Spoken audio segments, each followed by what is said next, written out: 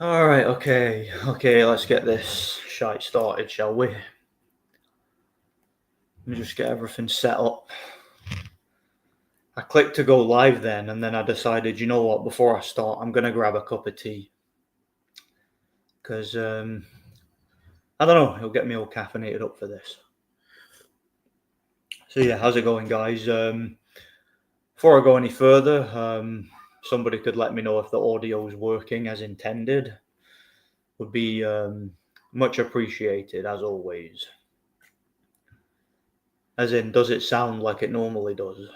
All right. Alpha Pound Boxing. Yeah, how's it going, man? God bless you. Good to see you here, bro. Yep, same to you, man. God bless you. No sound. Oh, do you mean before I started? Like, yeah. All right, it's good now. All right, cool.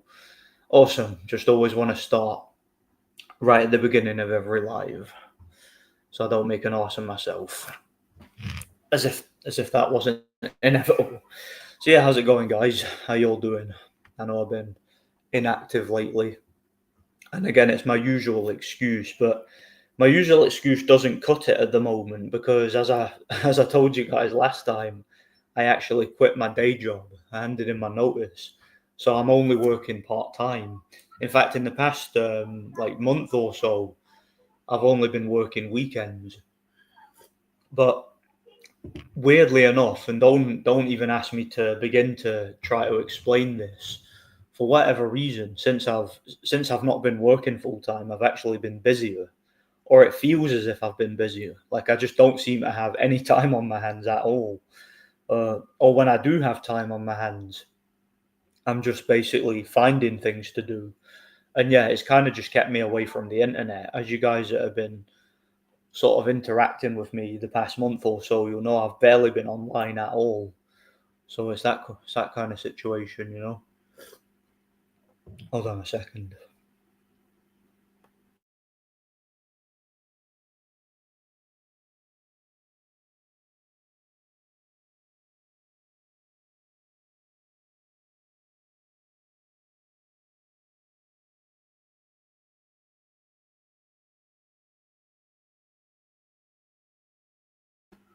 Just went on mute for a second. I found a box to stick this laptop on because it's literally falling apart. Another reason I haven't been doing any streams over the past few weeks is because this laptop, the one I'm currently using, this will probably be the last time that I use it for a stream, and it's because it's literally hanging on by a thread. Like there's like one wire holding the two parts of it together, and so shockingly, it's still working. And I actually just bought, within the past couple of days, I just bought a new laptop, but I've not used it to stream yet. But chances are I will be from now on. Let me just get the camera working. So yeah, that's my new. It's hard to see in that crappy quality, but yeah, that's my new gaming laptop that I'm probably going to use for my live streams and for other stuff. You know, that's probably what I'm going to be using. So yeah. Kind of nervous for Usyk when he fights Dubois in Wembley. Do you know, I was nervous when it first got announced, but right now I actually don't give a crap. I actually don't give a crap, and I think the reason why is because I've barely even been thinking about boxing. Like it's just not been on my mind at all. So as a result of it, it's just kind of slipped my notice. I've not even been thinking about that fight at all. Like not even the slightest bit. But I think when it gets a little bit closer, when it's fight week, I'll probably be a little bit more into it. I'm actually quite excited about it, and I don't know. There's something about it because it's probably because I've like placed a bet on Dubois, and I was able to get really good odds for just a small amount of money. So if Dubois does manage to win, I'll make quite a lot of money from it. But if he doesn't win, obviously I'll be happy because I'm rooting for Usyk anyway. But yeah, I'm not like nervous about it or anything. I thought I would be, but I'm not. Yeah, welcome to the Asus family. Yeah, it is an Asus. That's the I'm surprised you could tell that from just the crappy quality I showed you because this camera's terrible. But yeah, that's what it is. I'm surprised you were able to tell what it was just from that. I suppose you could see the logo. Yeah, it's actually really good. I tested it out for some gameplay recording, and it records it smoothly. There was no screen tearing. There appeared to be no lag, nothing. It seems to work really well. And I'm assuming, like when I do my live streams and that, I'm assuming the webcam on it's pretty good. I've not tested that yet, but yeah, I like the look of this thing. It's nice and smooth, nice and sleek looking, isn't it? It's got like a keyboard that lights up and stuff. It's quite cool. How much? It cost me 700 quid. Well, 699. So yeah, about 700 quid it cost me, which probably wasn't a good idea to spend that sort of money given my current situation. But what else am I going to spend it on? You know. Thankfully, I've actually set up a few savings accounts and stuff like that, so I know what I can afford to spend and what I can afford not to. You know, so it's not too bad. It's actually all right. Thoughts on Catterall Eubank that puts people to sleep. Well, I didn't watch it because I was actually working last night, so I couldn't watch it. But it went pretty much as anybody expected. I mean, it's basically two bums, but one of them is a higher level bum than the other. That's what it basically was. I mean, well, the situation you had with that fight, which I find kind of funny, because as far as Jack Catterall is concerned, everybody is starting to say the things about Jack Catterall that I was saying about him 3 years ago. You know, the stuff I said about Catterall 3 years ago, about him being boring, about him being a cheater, a spoiler, a guy who could put a glass eye to sleep, you know, a guy who basically just exploits his way through boxing. That's all the stuff I was saying about Jack Catterall in the aftermath of the Taylor fight, right? The first one. Now, everybody's saying that. Everybody's caught onto it. So, as usual, I'm about 3 years ahead of everybody else, as normal, you know. But it's interesting because that Eubank fight in particular, I feel as if that fight was a kind of a setup. Like it was set up in a way where it was set up to be Jack Catterall's, like a way for him to get back into title contention. And more than that, a way for him to get a win where he actually looks good. Because that's one thing Jack Catterall's never done in his career. Even when he's won fights and he's gotten to a certain level, he's never been able to look good. He's never been able to wow the crowd. So they got him a guy in Harlem Eubank who is tailor-made for him, a guy who just bulldozes forward, no defense, terrible technique, not a very good fighter at all, just a bum with a padded record, but one who has a bit of name value. Because Harlem Eubank, obviously being part of the Eubank family, everybody in the UK has heard of him, right? Everybody, you know, every boxing fan in the UK knows the Eubanks. So you got him a Eubank and a guy who had a padded, unbeaten record, and a guy who was just tailor-made for him, right? It was an easy fight and an easy fight for anybody who's got a bit of bottle about them to look good against, right? But even in that situation, even with everything set up perfectly, Jack Catterall was still unable to look good. He was still unable to impress the crowd. He was still unable to build up his market value legitimately, even in a situation that was literally perfect for it. So I kind of feel like that's the last we'll see of Jack Catterall on a semi-big stage. I don't think there's going to be any demand because even his fans are saying in the aftermath of that fight that he sucks, he's boring, you know, he'll put you to sleep. Nobody's interested in that guy anymore. And I think that fight is the final nail in the coffin for his career. I honestly do. I don't think we'll see him at that level, at least not in terms of like being on TV and having a big crowd behind him. I don't think we'll see that again. I honestly don't. Yeah, how's it going, AMS? Nordic, the UFC have taken a page off Canelo's book. They're promoting this 5'6" midget called Ilya Topuria, however you pronounce that, to be their new superstar. They fixed his fight with a KO. The guy he KO'd was talented. I don't know anything about that situation. I don't really follow UFC. But yeah, if Dana White's obviously a big boxing fan, isn't he? So if he saw the success that boxing was able to have with a fraud like Canelo, then it doesn't surprise me at all that they would try to recreate that success. And it doesn't surprise me one bit. It honestly doesn't. Where was I? I'm losing my place in the chat. What's good? My white soul that looking up these Anglo countries are finally waking up. Mate, listen, if they haven't woke up by now, they never will. You know, I probably have that exact laptop. That's why I recognise it so well. Also, you might have the same one. Yeah, let me know. Let me know how it is for you. Is that one that's pretty good? Is it one that's reliable? Because I'm quite new to gaming laptops. I've never bought one before. That's the first one. I'm usually cheapskate with laptops. I usually spend like 120 quid on some piece of crap, and then make best use of it that I can. But I figured, you know what, I might as well. I've got a bit of money sitting in the bank. I've got quite a bit of savings now. I might as well get something that, treat myself and get something that's actually going to do the job. And I'm not going to have to faff about with it to get it to work. I'm probably better off doing that. So, yeah, I shelled out a little bit for one. Yeah, how's it going, Iron Fist? How's it going, man? Greetings to Nordic and everybody in the chat. Boxing is whack the last few months. Absolutely trash for the most part, at least, yeah. Yeah, it's rubbish. There's nothing going on that interests me. There's nothing going on that excites me. There's nothing going on where I'm like, oh, I really can't wait to stay up and watch that. Like, just nothing. Nothing at all. It's all complete rubbish as far as I'm concerned, at least at the moment. Boxing should be a bit better in July, those first. But I think some people are overrating the schedule. Yeah, I mean, what is there on the schedule to look forward to? What? Shakur Stevenson. Like, is anybody looking forward to that? I mean, who is there? Dubois, Usyk, which we've already seen, and we already saw, a pretty conclusive result the first time. Is anybody is anybody really excited about the fight in its own merit? I don't think so.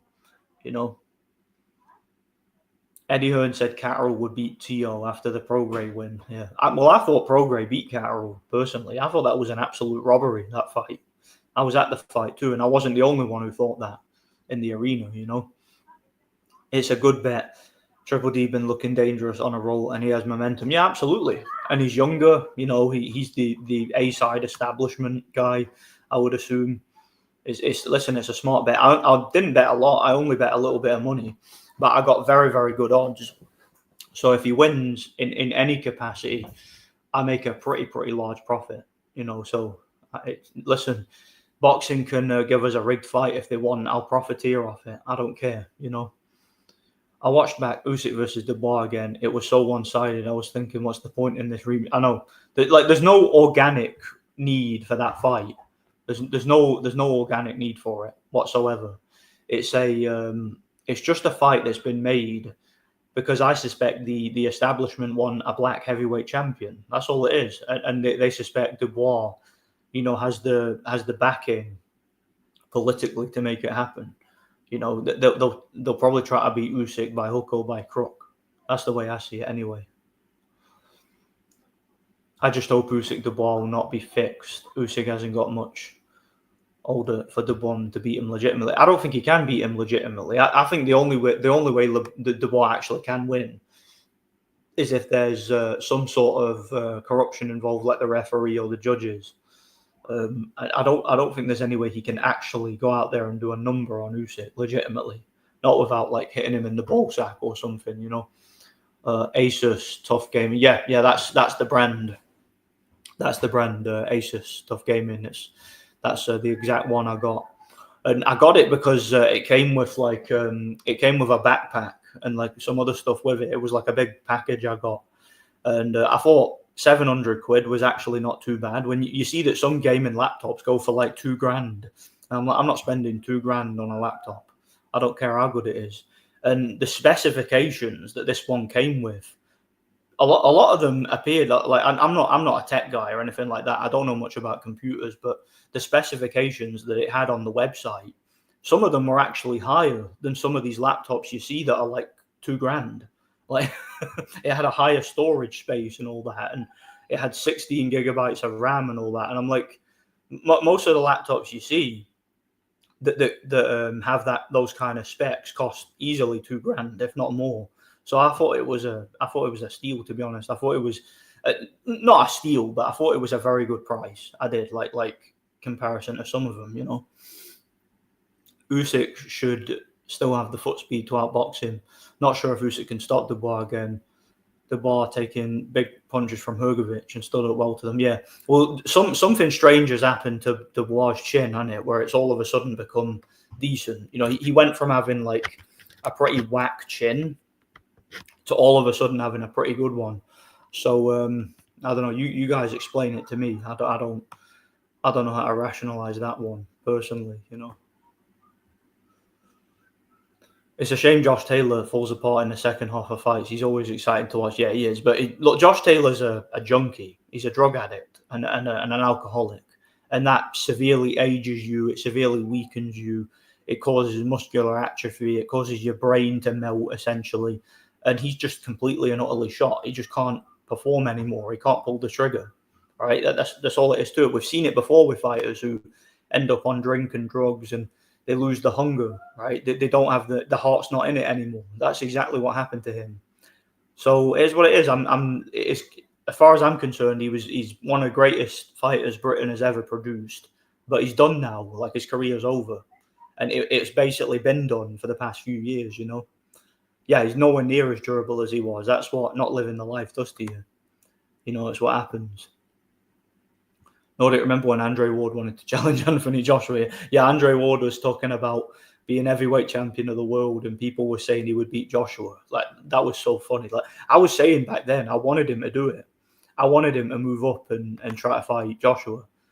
Because I think what he was hoping for, Ward was hoping for like a Roy Jones, John Ruiz situation. He was hoping for a situation where he would get an opponent who had a heavyweight title but was complete crap. Like maybe if Manuel Char had looked a little bit older and weaker, you know, and the timing basically came on along a little bit sooner for Ward, maybe he would have moved up and challenged him.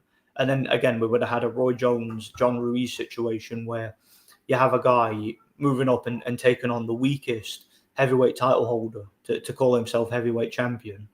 Because I reckon that's what Ward's plan was. But I think he realised he wasn't as good as Roy Jones. He wasn't as athletic as Roy Jones. So even a guy like Manuel Char might have been too much for Ward. It'd probably just been too big and strong for him. Because all that mauling and wrestling wouldn't have worked on the inside against a guy with a 40-pound weight advantage. So I think Ward realised he had no chance. And it was just a futile effort. So he just gave up on it. If he's getting manhandled and beaten up by a guy like Sergey Kovalev, what's a guy like, you know, a heavyweight like Emmanuel Char going to do to him? He'd throw him around the ring. So he realised he didn't have a chance, you know. I don't game on it as much as I should, but it's a fantastic laptop for basic runs or for basic stuff. Runs Roblox perfectly, at least. Yeah, I've never played Roblox. I heard about it, though. But yeah, I've thought about like downloading some old PC games on it and trying them out. You know, that'd be fun. And plus, I can use my capture card on it, and it seems to run smoothly, you know. So, I mean, yeah, Prograis dropped Catterall with a jab. It was a flash knockdown, but it was still a knockdown. Prograis won that fight, clearly. I know Catterall dropped him later, but Prograis had a knockdown and won most of the rounds, clearly, in my opinion. Yeah, that's right. Okole's on the undercard. I mean, look, Okole can kill any undercard, without a doubt. That guy's the most boring fight. Like, he's even more boring than Catterall. Absolutely horrible, that guy. Puello, Matias, and Zuvundora are two of the most entertaining matchups. Do you know, the Puello Matias is one I'm struggling to pick. I'm thinking of betting on that fight because it's even money. Like, you can get even money on either one of them. When it was first announced, I was confidently picking Puello. I thought he might, you know, being a slick southpaw, he might be a little bit too awkward for Matias, who's a little bit more crude. But the closer that fight gets, I'm getting cold feet about it because Matias, as limited as he is technically, he has improved a little bit over the years, and you know, he is a bit of a like handful inside. He's a decent pressure fighter. So although I do favour Puello to win that fight on points, I think he should probably win. I think he's the better boxer. Like, he's just technically better of the two. I think Matias's pressure and his strength will give Puello problems, but I'm still favouring Puello. I still favour him slightly to win on points, but I'm not confident enough right now to put money on it. But that is my pick, you know. Fury announced a trilogy with Usyk in England. Fury realised that his only chance of winning is paying the referee and judges. And yeah, look, I don't think that'll happen because there's absolutely zero demand for it. Nobody wants to see Fury fight Usyk again. It's a complete waste of time. The Dubois fight hasn't even happened yet. So who knows what's going to happen there. No need for that fight. It doesn't need to happen yet. It's completely pointless. Fury and Usyk, seen enough of them. We know who the better guy is. No need for it. Yeah, Yard and Dubois, they get their asses kicked at world level, and then they get constant opportunities to succeed. That's what it is, basically. The exact same thing happens with Yard. You know, every time Yard has gotten a title shot or a meaningful fight, he's gotten his ass kicked. And everybody talks about how brave an effort it was and how he had such a great chin. And I'm tired of hearing it. Tired of hearing it. Yo, how's it going, Owen? Good to see you, man. You all right, mate? Hope you're well. Yeah, I'm good, man. I'm good.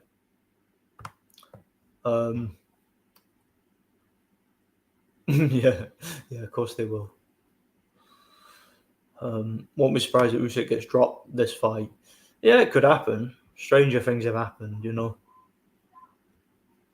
Andre Ward could see AJ was useless. Yeah, but as useless as AJ is, he'd still beat Andre Ward. He's too big. And look, Andre Ward relies on his strength. He has to be the stronger guy, and he has to be able to get inside and maul you. If Andre Ward were to fight a real heavyweight, someone who had like a 30, 40 pound weight advantage, you know, someone that was so much taller as well with longer arms, Ward would have no chance because he gets on the inside with someone like Anthony Joshua. All Anthony Joshua would need to do is lean on him or hit him in the side of the head or something, and the fight would be over. Like, people don't realize how hard it is to fight someone who's that much bigger than you. Andre Ward, especially if you're a guy like Andre Ward, who you rely on strength, you rely on being able to maul your opponents inside. He would not be able to maul. Like, again, even a guy like Manuel Shaw would be too much for him because of the size difference. Like Ward knew that, and that's why he never even bothered. And I don't think he had any intention of fighting Joshua. He was just doing that to hype up his own name, basically. Kind of like Roy when he's talking about fighting Lennox Lewis. You know, Roy Jones used to talk about fighting Lennox Lewis at heavyweight. But then when he moved up to heavyweight, he specifically cherry-picked John Ruiz, who was the weakest title holder in the division. I personally believe that was Andre Ward's intention. He wanted to fight someone like Manuel Shaw, or Trevor Bryan. You know, probably Manuel Shaw was the guy who had the belt at the time, ran about when Ward was talking about that. So I think that was probably his goal.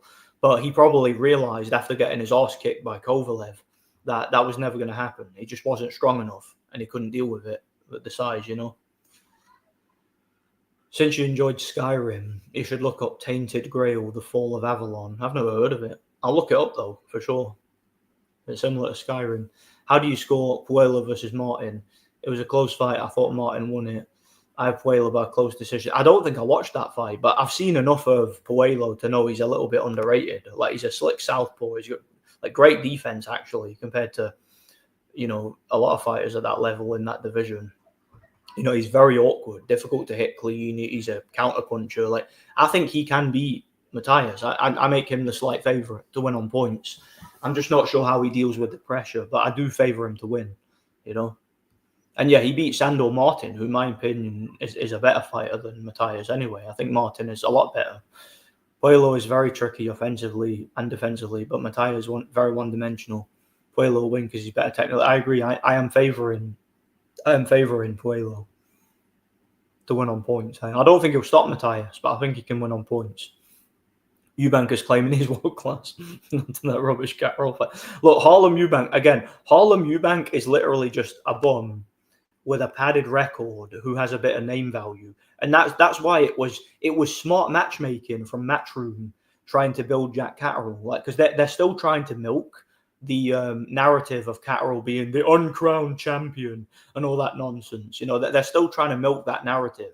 And the best way to do it is to get him a big domestic win in the UK against a guy who's complete shit, right? Complete rubbish, but has a lot of name value. So they were probably expecting a good one-sided schooling and possibly a stoppage to kind of put Catterall back on the map and get him back into title contention. But they failed, and they failed miserably because he's not that good. Like, he's even worse than they thought he was. You know, he he wasn't good enough to convincingly beat a literal bum with a padded record like Harlem Eubank. So complete failure. Like the Jack Catterall project has failed, and they need to just cut ties with this guy and give up on him. Just let him go back to small hall shows, fighting bums in 8-rounders. That's his level. It always was, you know. I'm hyped for the event since I'll be attending. Hoping the whole night is good. Have you seen Katev before? Wonder how he'll do versus Morel. It's a pretty bad underdog. Never seen him fight. I saw the odds for that fight. I believe he's like a 4-1 underdog, if I remember rightly. But probably worth a punt if he's got power, because Morel has done nothing in his career. Like, I don't rate that guy at all. David Morel, like, he'll probably win the fight. Don't get me wrong, but like, I don't think he's anywhere near as good as people think he is. Like, he was one of these guys who probably peaked in the amateurs, hasn't done nothing as a pro worth talking about. I think he's a little bit overrated. So there might be some value in that fight. There might be some value in it. You never know. Oh yeah. Do you know what? That pissed me off. See that Galal Yafai fight? I had an accumulator for the boxing over that weekend. I bet on like 10 different fights, and I stood to make a decent amount of money, right? And then that idiot, the last fight on my accumulator was Galal Yafai versus that Rodriguez. He was like a 9-1 favorite, and he ended up losing. I was so pissed off, man. So yeah, that idiot Galal Yafai ruined my accumulator. I wanted to bitch slap him. I'm not even kidding. It annoyed me, man. It really did. Because every other fight went perfectly. Like, predicted every single one of them. Went exactly as I expected. Then Galal Yafai ends up getting his ass kicked by a Mexican. Like, you know, a guy who's like shot to pieces as well.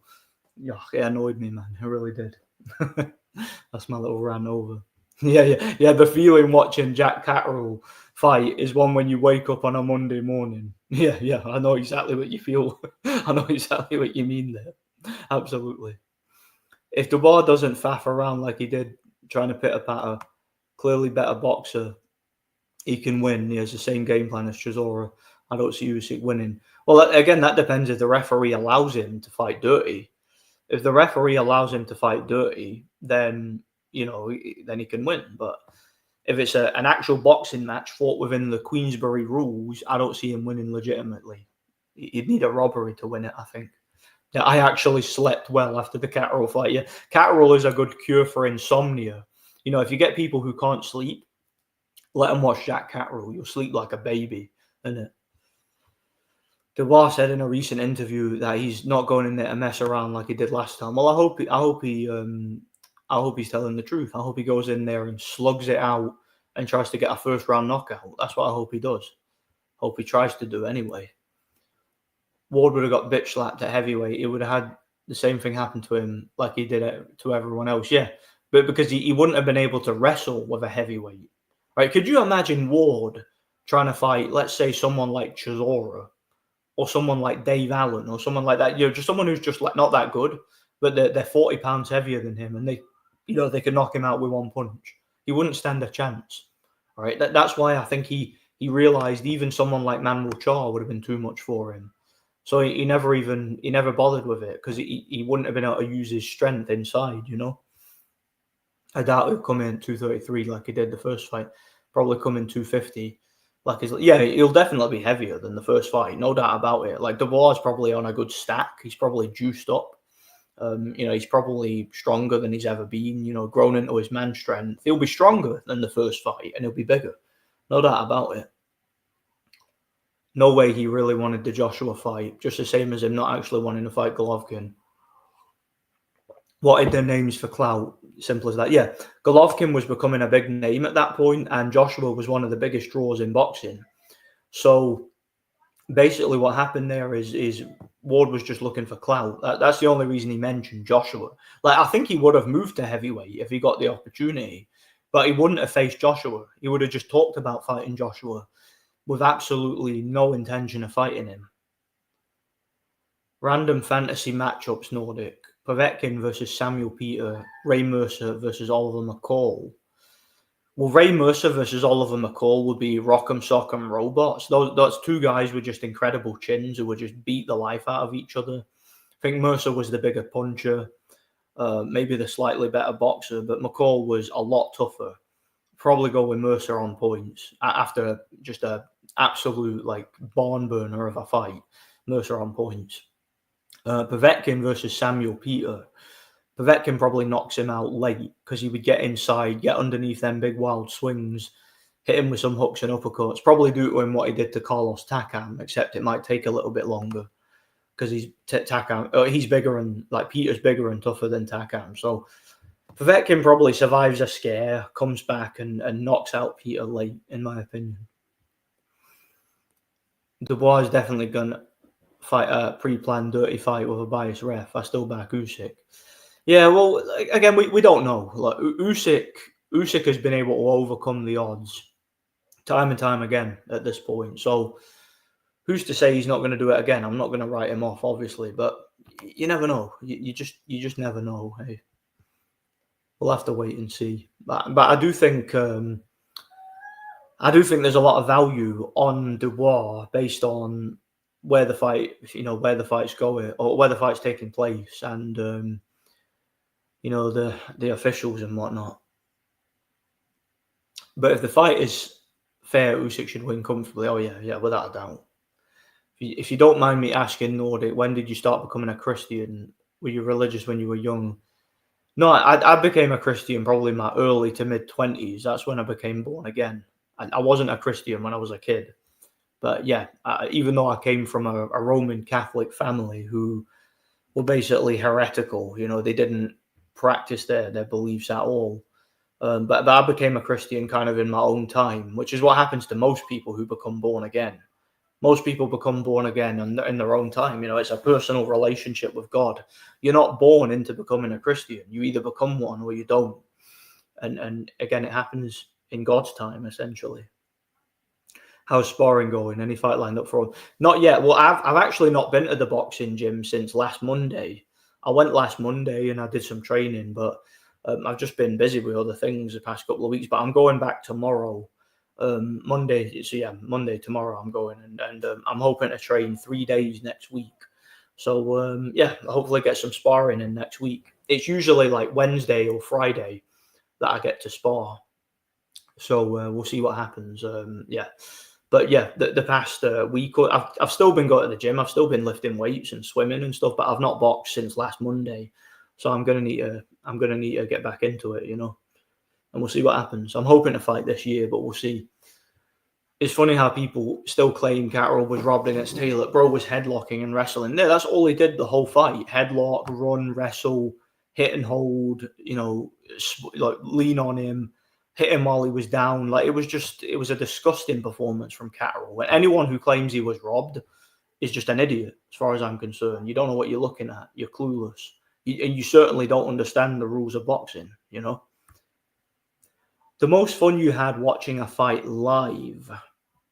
Do you know that's a hard question? I remember when I went to, speaking of Josh Taylor, when I went to his fight against Winston Campos, there was a fight on the undercard. It was Jason Easton versus Glenn Foote. That was an amazing fight. That was one of the best fights I've seen in person. There was one fight I saw in person which was incredible. It was a fight I saw back in Derby in 2011, I believe. It was Dave Ryan, where he took on this guy called Kevin McCauley, and it was a big upset. That was a great fight. I haven't been able to find footage of it anywhere, but it was like a 10-round fight. It was for the Midlands area title. That was an amazing fight. That was great. Yeah, there's been a lot of fights I've seen. I've seen some like absolute bangers, like when I've been to fights live, quite a lot of them. Those are two that stick out in my mind, though. Hi Nordic, what's that guitar song you use in the intro? It's not actually a song. I basically found that because it's from a video game, Knights of the Old Republic 2, and it's a sound effect that's in the game files that's only used in like one area. So it's not actually a song. It's listed in the files as a sound effect, and I managed to find that sound effect and record it. And yeah, I stick it on my intros. I forget the name of it. I'll try to remember. It's a random sound effect from the game, from like one area, like one room you go in. It plays in the background. Who you got for Shakur versus Zepeda? Apparently, Turkey has made the ring small as well. Well, look, all I got to say about that fight, and it's the same thing I've said about multiple Shakur Stevenson fights. If that's a real fight, like if it's an actual real fight where both guys come to win, Zepeda will beat the absolute shit out of that guy. It won't even be compared. Like Zepeda is a better fighter in literally every area. Literally every area. He's stronger. He hits harder. He has better stamina, a better chin, better boxing skills, better defense. You know, he's a lot more effective at coming forward, cutting off the ring, blocking punches, a lot more wrinkles to his game. All Shakur Stevenson does is hit and run. That's all he does in fights. He'll hit you with a couple of slaps, he'll run away, he'll throw a little light jab. You even flinch at the guy, he'll go... That's how Shakur Stevenson fights. He's literally like that. Like he throws punches like this. That's how he jabs, like that. And then he throws a left hand like he opens his mouth and goes and if you got to punch him, he either goes or he goes that's literally how that guy fights. The problem is every single one of his fights is fake. Literally every single one. He's never had a real fight. All you have to do is watch 5 seconds of that guy fighting. You know, you see him fighting one of these like Mexican jobbers, like an Oscar Valdez, you know, one of these come forward sluggers who goes in there to take your head off. That's how that guy fights. And he's fighting Shakur Stevenson and he's just standing there like that. Occasionally going.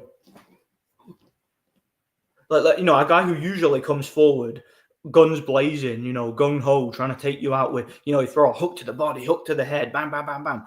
You know, he's fighting Shakur Stevenson and he's just standing there while Shakur's going like that. His fights are the most hilarious fixed fights I've ever seen. They're the most pathetic fixes I've ever seen. The fact that the boxing establishment has been able to trick people into thinking that idiot can fight is hilarious, right? So to answer your question, if that's a real fight, Zepeda will beat the absolute piss out of Shakur Stevenson and probably stop him in 3 rounds. I'm not even joking. But the problem is, if you look at the odds for that fight, Stevenson is like a 10-1 favourite. And there's a reason for that. It's because his fights aren't real. And obviously the bookies know his fights aren't real. So Zepeda's going to go there. I suspect he's going to stand there and do nothing. He's going to throw like the occasional like little flashy combo while he's out of range. And then he's going to stand there and just go like that and do and just take these little kitty scratch jabs on his forehead and not throw anything back. That's my prediction for that fight. Literally just a fixed garbage sparring session between a bum who can't punch and can't fight and a guy who can but refuses to because he's on the take. That's my prediction for that fight. A literal sparring session. But if it's a real fight, Shakur Stevenson gets knocked out in 3 rounds. I'm not even kidding. Beterbiev on his Instagram said Bivol is trying to age him out by dragging the trilogy. Is that what he said? Well, it's probably true because otherwise the 3rd fight would have been made already, wouldn't it? I mean, there's no reason for it not to happen right away. So, yeah, I don't have any... I don't contest that at all. He's probably 100% right. Catterall versus Taylor 1 was one of the most hideous fights I ever watched. People claimed it was a robbery. Should have been a draw. I disagree. I think Catterall should have been disqualified. He should have been disqualified by the 4th round. And then he should definitely have been disqualified in the 8th for hitting him while he was down. That should have been an instant DQ. So Catterall shouldn't have even made it past the 8th round in that fight. Should have been disqualified long before it. The ref in the U5 fight was trying to get you your money. Yeah, well, he should have tried harder. Listen, the ref should have, as soon as U5 landed a punch, the referee should have stopped in and stopped the Mexican guy to make sure I win my accumulator. I'm pissed off, man. You know, you think you can rely on people, but you can't. You got to do everything yourself. You think you can rely on a British referee to be corrupt and to make sure the home fighter wins. But I can't, can I? I can't even rely on that. It's just bad luck. I feel like my luck is that bad. Because the same thing happened to me with Caleb Plant. I put on an accumulator that weekend, right? But when Caleb Plant fought that guy he lost to, it was like a 25-1 underdog. And then that ruined my accumulator as well. So that's twice that's happened, where a massive upset has happened that's ruined my accumulator. Does my head in. I don't like wasting money. I really don't. Especially when it's totally unavoidable, you know. If I was 2-9, still too short for me to back. Sonny Edwards is shit. Oh yeah, Sonny Edwards. Like that puts in a context, doesn't it? How bad Sonny Edwards was that night and how bad he was in general. Like the fact that Sonny Edwards became a world champion, you could argue that devalues what it means to be a world champion. The fact that guy had a title, like you could actually argue that it actually makes the concept of having a title meaningless. You could honestly argue it, you know. Sky Nicholson, second round stoppage against a punching bag last night. Yeah, that's true. I heard about that. Speaking of accumulators, I actually won my accumulator last night because last night I only bet on what was his name, Pat Brown, that guy on the undercard, Jack Catterall, and Joe Cordina. I just took those three to win, and I bet 20 quid, and I made a tenner. So I did win a tenner last night, which I still need to cash in actually, or it was like 10 pounds 7 pence or whatever that I won. So yeah, that was the profit, which is better than nothing. It's a win. I'll take it. Yeah, how's it going, Thomas? Man, good to see you, bro. God bless you. The more Usyk Dubois fight is getting closer, the more I'm confident Usyk's going to do it. Well, yeah, the smart money's on Usyk, isn't it? But I mean, you saw what happened in the first fight, didn't you? You know, been trying to get a new job. I swear, UK job salaries are so bad. So many jobs. Yeah. My job right now, I've just been working part time on the doors. Like the past month, that's all I've been doing. But like I was saying earlier in the stream, I don't know why, but for whatever reason, I feel like I've been more busy since I stopped working full time because I've just been doing things. Like I've been going on like these big long walks. Like I walked up the Greenock Cut. If you guys have ever heard of that, I went up there. A couple of other places I went to too. Next week I'm actually going to Edinburgh. We're staying the night in Edinburgh. What else is it I'm doing? There's a few things I'm doing. I've just been busy. I've been going places, walking. I've been playing my Xbox. You know, I've been doing all sorts, but I've been doing everything but being on the internet making videos. I've just been doing everything but, basically, you know. But yeah, I've obviously I'm not making a lot of money at the moment because I'm just working like weekends on the doors. That's all I'm doing, and it's only like minimum wage. So I'm definitely going to need to. I'm going to need to get a job soon. What I'm thinking of doing is getting like during the week, getting like a retail security job, and still doing jobs on the weekend. You know, on the doors whenever, as and when required, basically. You know. Thoughts on Norman versus Haney? Norman should take him out in 8 rounds or less. Haney is most banking on looking the way he did against Randall. Norman has improved his. I favour Norman to win that fight. I do, if it's real. If it's real, he probably knocks Devin Haney out or makes Devin Haney run all night and beats him on points. I do favour Norman. I think he's the better boxer. I think he hits harder. Just a better fighter in general. Haney is complete crap. He's just like Shakur Stevenson, complete crap. Shakur's probably worse though, but they're both complete crap in my opinion. Oliver McCall boxed a few weeks back. Must be 60-ish. Did he actually box? What, an actual sanctioned pro fight? Is he still competing? That's shocking. How is that guy still allowed to compete? It's crazy, man. That is crazy. He must be like brain damaged, like Danny Williams. He must be. I've watched nearly all of Riddick Bowe's fights recently. Him in his prime would be a top dog nowadays. Very good chin in his prime. Would have been good to see him in there with Mercer, McCall, and Foreman. Yeah, they would all been good fights. Like Riddick Bowe was very good on the inside for such a big, strong guy, or like for a big, bulky guy. Anyway, very strong, and he was very good at shortening his punches inside. Very good fighter. Technically very good. Wasn't a great athlete, but he was technically very good. I watched. Yeah, I just read that, didn't I? Boxing is difficult if you don't spar around a month. you really need, you notice different. Yeah, mate, see if I don't spar for a couple of weeks and then I spar again, I feel like crap. I feel terrible on my first session back. So like, let's say if I spar tomorrow when I go back to the gym and I've not boxed in 2 weeks, I'll feel terrible. But on my next sparring session after that, I'll feel fine. That's literally how it is. As long as you stay active and you keep it going, it's good. Yeah, Bo beats them all on his night when fit. Yeah, he does. Yeah, he beats like most of the guys he fought anyway when it was on his good night. But a lot of the time he'd be out of shape, kind of like Fury. He had the same problem, you know. Bo was my favorite heavyweight during the 90s. Pure inside fighting was always my style. Yeah, he was great on the inside for such a tall guy, for sure. No doubt about that. Yeah, it's from Knights of the Old Republic too, and again, it's listed in the game files as a sound effect, and I'm not actually sure it has a name, but there's a clip of it with a name. I'll try to remember it, and if I find it, I'll mention it in another stream probably. Bo versus Mike Tyson. Yeah, I think Bo at his absolute best could beat Mike Tyson if he took it seriously and was in shape, you know.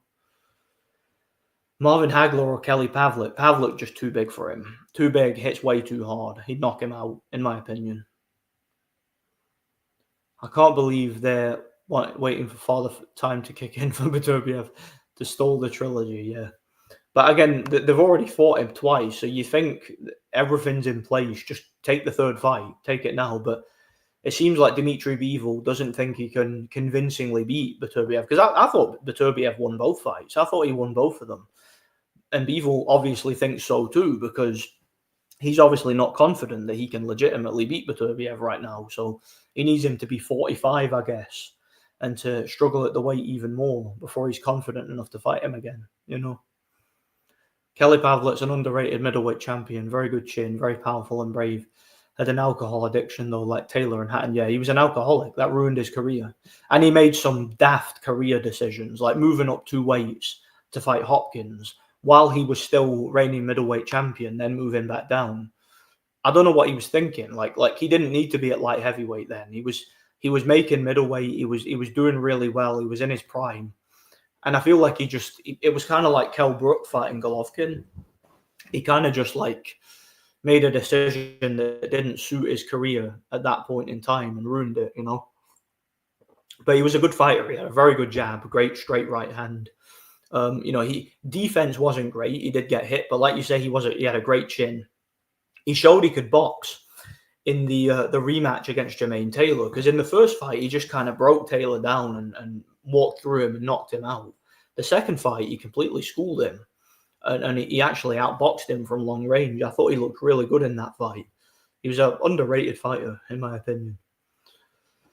Yeah, Shiraz versus Balanga. That's an interesting fight. Like I bet on Shiraz. I only bet like a $5 on him though, but like because he was the underdog when it first got announced. I'm not sure if he still is, but yeah, I actually do favor Shiraz in that fight, even though he's the underdog. I do favor him. I don't rate Balanga at all. Like I don't rate Shiraz, but Balanga's worse in my opinion. So I favor Shiraz to win that fight against Balanga. I don't like Shakur, but it'd be nice to see Tank KO Shakur. Oh, you don't like Tank or Shakur? Yeah. They're both bums who have fake fights, in my opinion. Both of them. I don't think either one of them is. I don't think either one of them's ever had a real fight. Gotta be honest. Again, Shakur Stevenson jabs like that. This is Shakur Stevenson throwing a jab. It's like that. But his opponents just stand there like that. And don't like open up and throw punches with him and knock his ass out, you know. McCall and Briggs want to have a fight, both in their 50s and 60s, both in their primes would be amazing. But yeah, they're both probably broke now and they need the money, but in their prime, I'd favour McCall. He'd probably break down Briggs, stop him late. His chin and durability would be the difference, I think. Bivol, he fights basic. He's got a great chin. Yeah, he's got a good chin, Bivol. I mean, as far as I'm aware, he's never been down, has he? I don't think he's been down once in his career. So yeah, he takes a shot, no doubt about it. Yeah. Beterbiev in his prime knocks out Bivol, in my opinion. I've no doubt about that at all. Do you believe that Costa Tszyu in his prime would have beaten Chavez? Yes, absolutely. Costa Tszyu accuracy, speed, power makes him one of my favorite fighters ever. Yeah, Costa Tszyu would beat any version of Chavez. Any version. He's just a better fighter in every way. See, Chavez is just a guy who had a padded record. He was just a come forward, tough guy, Mexican brawler. And he fought mostly bums in his career. And when he did fight a world-class guy, he usually looked garbage. Like he got outboxed. He, had to rely on his chin. He wasn't that good technically. Costa Tszyu was world class. He would have destroyed any version of Chavez, no doubt about it. Pat Brown looks good prospect hits. Oh yeah, he does. Yeah. And he wasn't he an Olympian? That guy, I'm pretty sure he was. But yeah, he's a big puncher. Looks like a pretty good prospect, and we'll see where he goes. Looking good so far. Walking is great exercise. Walking in the countryside is very peaceful, and it clears your head. Yeah, I love going for long walks in the country, and exploring like Inverclyde and places with big hills, as well as like just anywhere in the north of Scotland. It's beautiful, and again, it's a great way to just keep yourself fit and get plenty of good air quality. It's important to get good air quality. I'm in Glasgow next week. Oh, what is it you're doing in Glasgow? Are you here for work or something? Or are you just coming to visit? How good do you think Fernando Vargas Sr. was in his prime? I think he was rushed too early. Do you know, I've not actually watched a lot of Fernando Vargas. I don't know that much about him. He's one fighter I've not really studied and I've not watched a lot of personally. So I don't really know. Shakur and Haney. Probably Haney. Probably only just because he's bigger, stronger, more durable, probably more stamina, and he actually can throw a jab, unlike Shakur who throws it like that. I refuse to watch Haney or Shakur. Women's boxing, not for me. Hold on, they're men. Yeah, but they fight like girls, don't they? They hit like girls. I got no interest in fighters who hit like girls. I tell you, no interest whatsoever. I like to watch men fight. I don't like seeing women beat each other up. It doesn't make me feel good, Speaking of Puello Matias, I watched a ton of tape. What you said is 100% dead on. I have Matias by TKO, but I view the fight 50-50 with a slight edge to Puello. Yeah, that's how I see it. Again, can Puello deal with the pressure and the strength? Probably. I think he's got the technical skills to do it. I'm just not 100% confident. I'm not confident enough to bet on it right now, but I do favour Puello to win on points because I think he's technically better. Someone just kicked a ball at my window. I don't know if you heard that. Yeah. I don't think Puello can handle Matias' pressure on the inside. Yeah. That's my only concern. Like from Puello's point of view, can he handle the strength and the pressure inside? He's got to keep it outside, in my opinion, and make it a boxing match. And then I'm very confident he wins on points. There's people who think Puello will wash Matias, but saying it's like they haven't studied the fight. What I will say about that fight is it's one of the best fights. It's one of the best fights in like the upcoming schedule in terms of just how competitive it is. I don't think it'll be a particularly entertaining fight stylistically, but I think it'll be very competitive. That's one of the more competitive championship level matches. That one that's hard to call coming up soon. Cute mug. Yeah, I know. You guys get to enjoy my my dashing good looks. You guys are very lucky. I hope nobody here is a homo. Puello will be on his bike most of the fight. Yeah, well, he'll need to be. I think that suits him. Just box him on the back foot, keep him turning. Matias doesn't know what to do. He doesn't know how to adjust to that. I think that's Puello's, that's his best chance. Utilize the southpaw stance, throw a jab, not a Shakur Stevenson jab, throw an actual jab with proper technique, proper quality, throw it technically proper and keep him turning, and he should win that fight on points, Yeah, Pavlik should have fought Abraham. What a fight that would have been, 07, 08. That would have been a great fight. And it was Pavlik who avoided that fight. A lot of people forget. I think it's because, he thought he was the A side and all that rubbish. But, Abraham was a bigger draw than Pavlik was. The fight should have happened, and it should have been in Germany.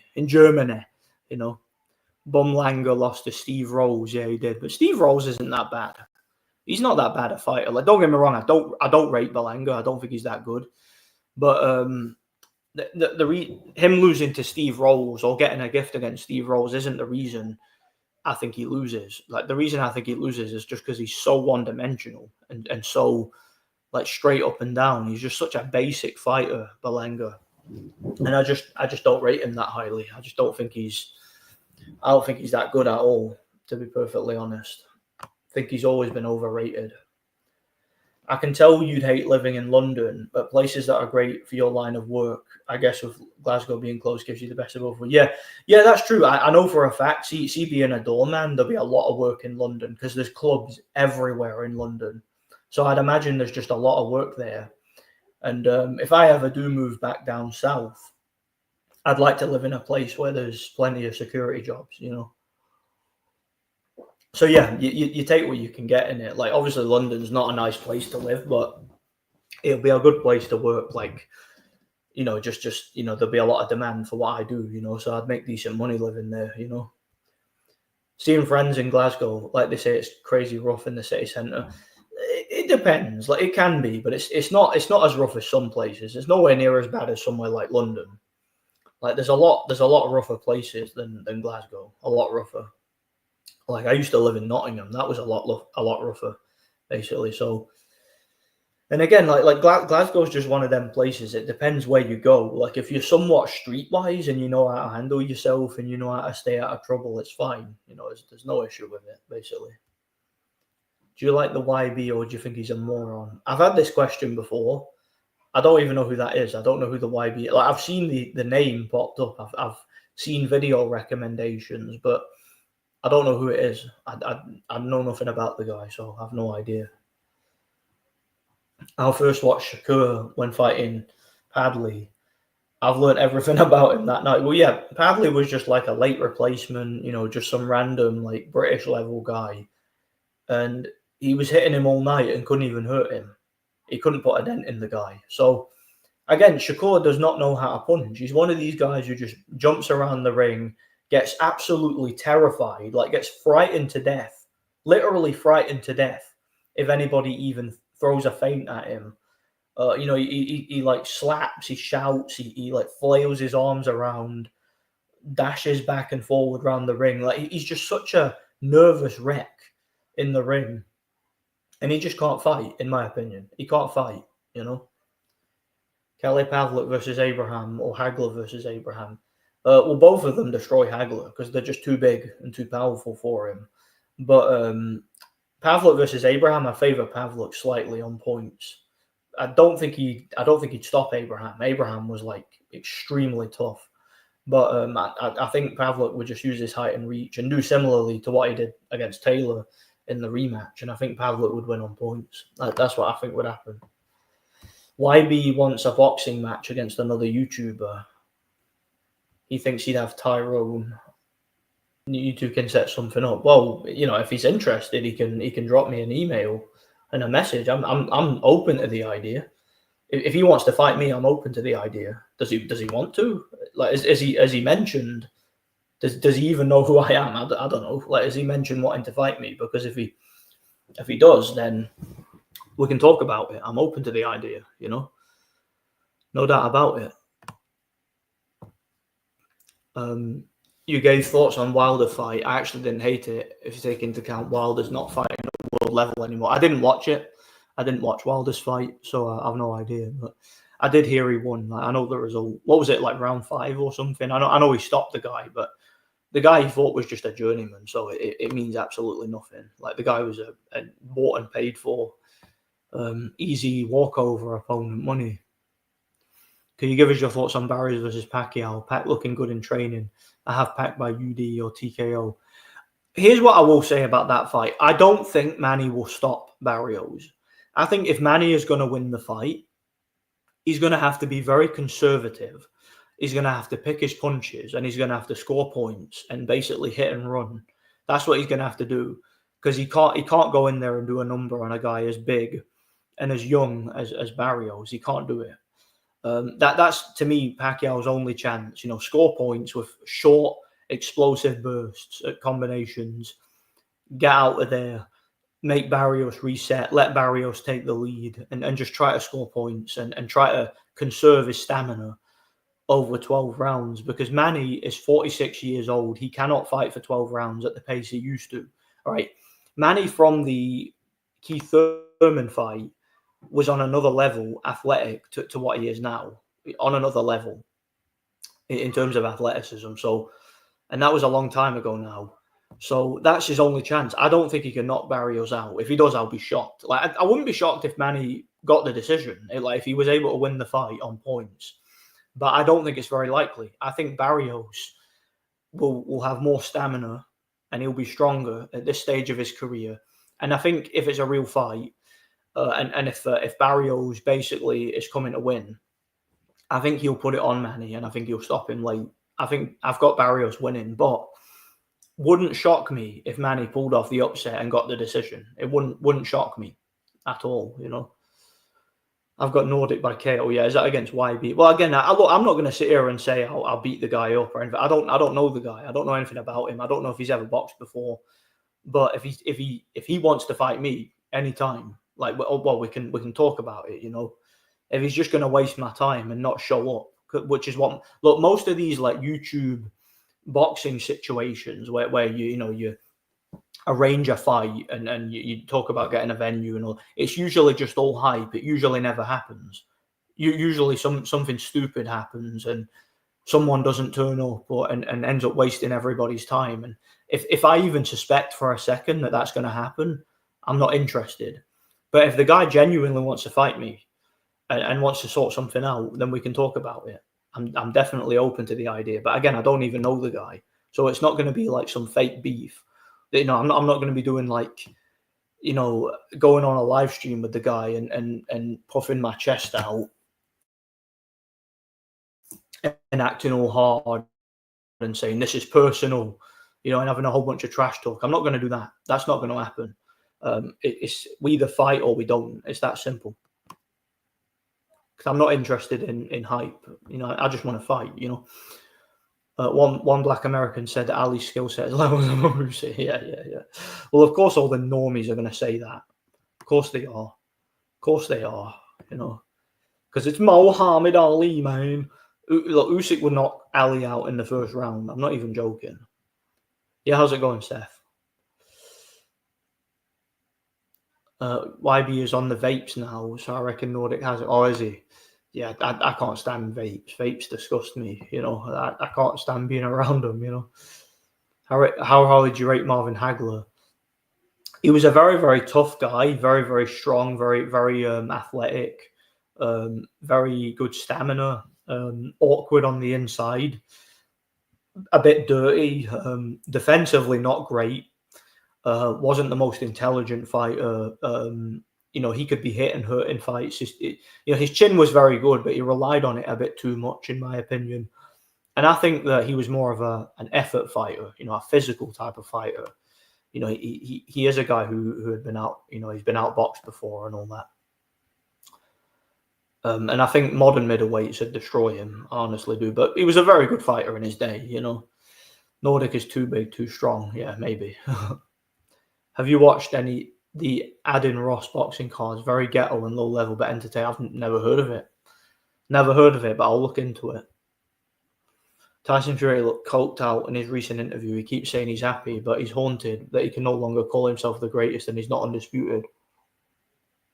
I definitely think he's seething about it. I think Fury's seething about those losses to Usyk, and he's not over it. Fury's got a very, very fragile ego. That man's ego is out of this world. It really is.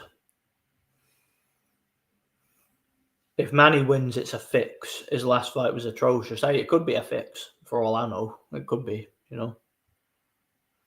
Manny winning is good for everybody involved. Yeah, I suppose so.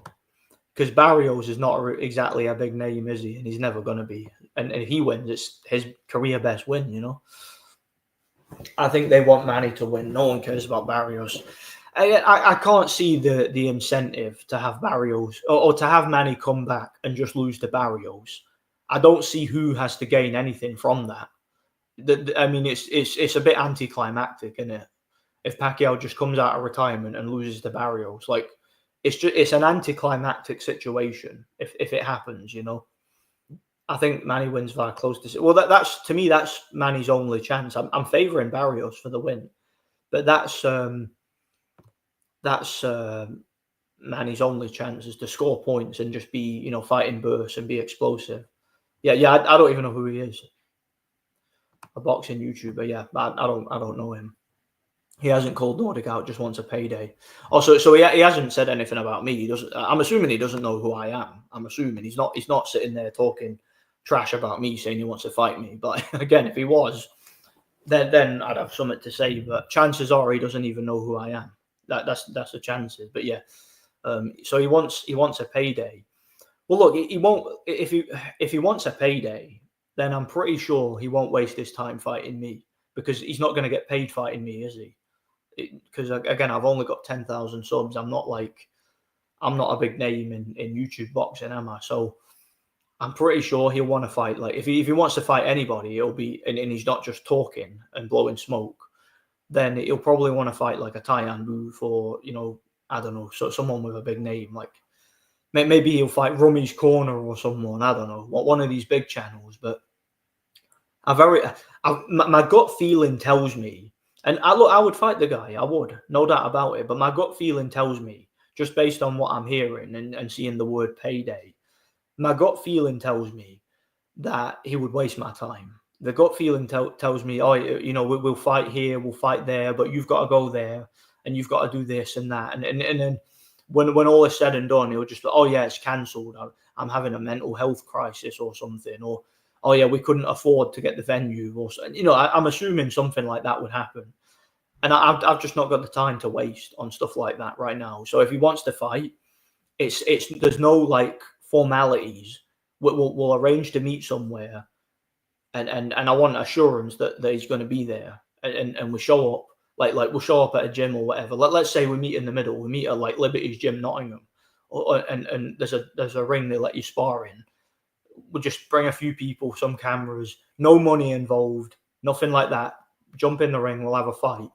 And we'll upload it, put it on YouTube. And if it gets views, it gets views. We both make a profit. If not, I'm not interested. I'm not interested in any like fake beef or any like promotion. And I just if he wants to fight, we can fight. I'm not interested in any fluff or any pretense, you know, and I'm not gonna waste my time with any of that. So yeah. That's all I'll say about that situation, you know. So it's all right. You see Beterbiev call Bivol out for age. Yeah, we were talking about that earlier. Because again, Bivol doesn't believe, in my opinion, he doesn't believe he can legitimately beat Beterbiev yet. Like he's gotten a gift decision against Beterbiev in the second fight, in my opinion. But he doesn't think he can legitimately beat him until he's a bit older. So I guess he'll wait till he's 45 or something. Who knows? YB goes to my gym and spars a lot, or does he now? And is he any good? Can he actually fight? Crawford is very overrated. Yeah, without a doubt, he is. I've talked about him many times on the channel. You know, you think Barriers might throw it? I don't know. I don't know. I can't. It just to me, like if the fight is going to be rigged, I don't see why Manny Pacquiao would be brought out of retirement to take a dive against someone like Barrios. I don't see what the establishment has to gain from that. Whereas Pacquiao beating Barrios and getting that title, I think the establishment has quite a lot to gain from that because they could build up Pacquiao versus someone like Haney or Norman or someone like that. And you know, or they could make Pacquiao versus Canelo or Crawford or anybody. Like, you know, there's a lot of big, like, consequential fights that could be made there. But that's not going to happen if Barrios wins, is it? Like, there's no real consequential fight you could make with Barrios, is there? Or that Barrios would be interested in. So, I don't know. That's just how I see it. That's how I see that situation. But Manny can win on points, potentially, you know. Canelo should KO Crawford. I disagree. I think Crawford schools him. Even though I don't rate Crawford, he's better than Canelo. I think he schools him. I've noticed everyone is downplaying Fury's record as complete crap nowadays. I think it's good. He's got an all-time great in Klitschko in there. good contenders like White, Chisora, and Cunningham. Yeah, Fury's resume is not amazing, but it's good. People are saying that it's garbage and it's rubbish just because they hate him. They hate Tyson Fury as a person, so they downplay what he's done. They completely and utterly dismiss what he's accomplished in his career. I'm not going to do that. I'm going to tell you guys my honest opinion on Fury. Yeah, I'm not a fan of the guy. I don't really like him, but I'm not going to pretend like he's not, a guy with a very, very good resume. He has got a good resume. Again, the Klitschko win is a very, very good win. Even though he was past his prime, it's a very good win. And, guys like Chisora, guys like White, these have been world rank contenders before. So, and at the time that they fought him, they were. So, it's not like he hasn't beaten anybody. He has got good wins, Wilder as well as good wins, although Wilder was overrated. Yeah, and Klitschko, of course. Just checked, YB has 10k-ish subs, looks decent in sparring, never boxed in it about. Apparently he was a GB class swimmer. Oh, maybe he can fight then. Maybe he's good. Hey, who knows? Maybe he'd be the favourite if the two of us fought, because I've never competed either, but I'd fight him. I would, I was talking about earlier, if it's a real fight, Zepeda will beat the shit out of Stevenson and stop him. If it's a real fight. But it won't be a real fight. It won't be, because Shakur Stevenson's fights are fixed. All of them. They're all just rigged sparring sessions, in my opinion. So I'm fairly confident it's just an easy decision win for Stevenson, because Zepeda won't come to win. If he comes to win, he will win. I don't think he'll come to win. I think it's a rigged fight, personally. That's my opinion. Yeah, the politics favour Shakur. So even if Zepeda did win, but it went the distance, they'd give it to Shakur.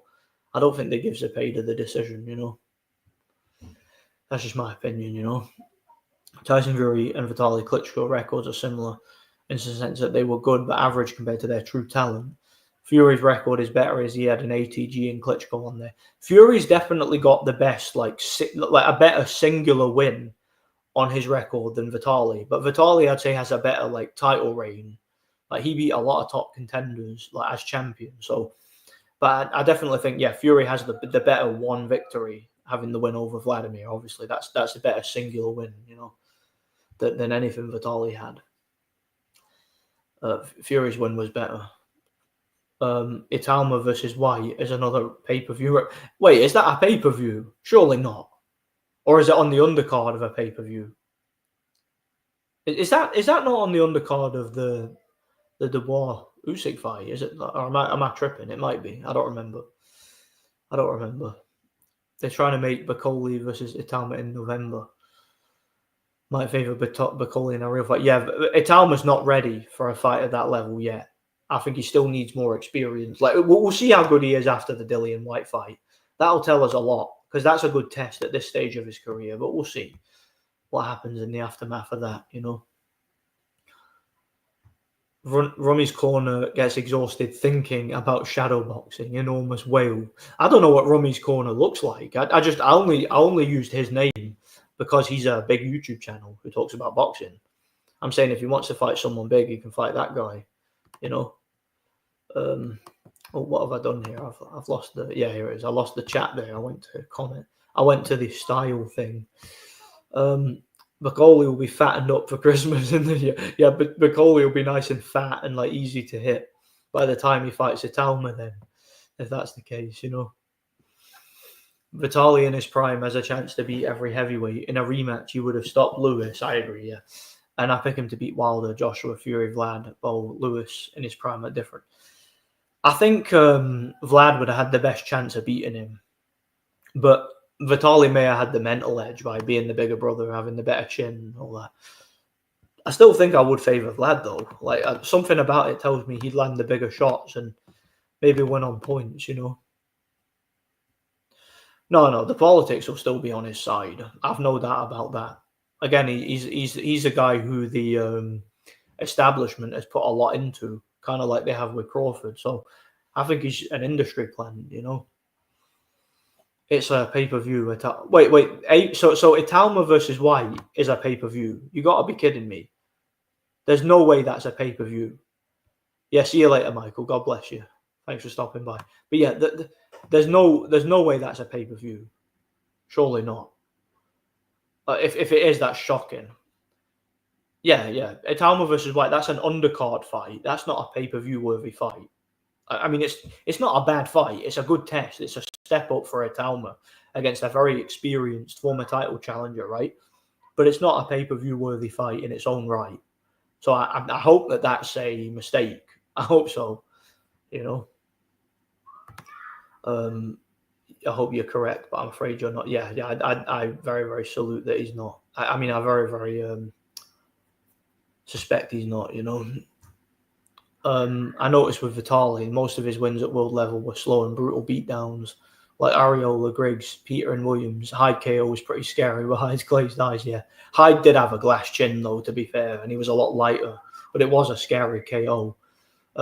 That's the thing though. Vladimir was a much bigger puncher. He had that more solid, like one punch power.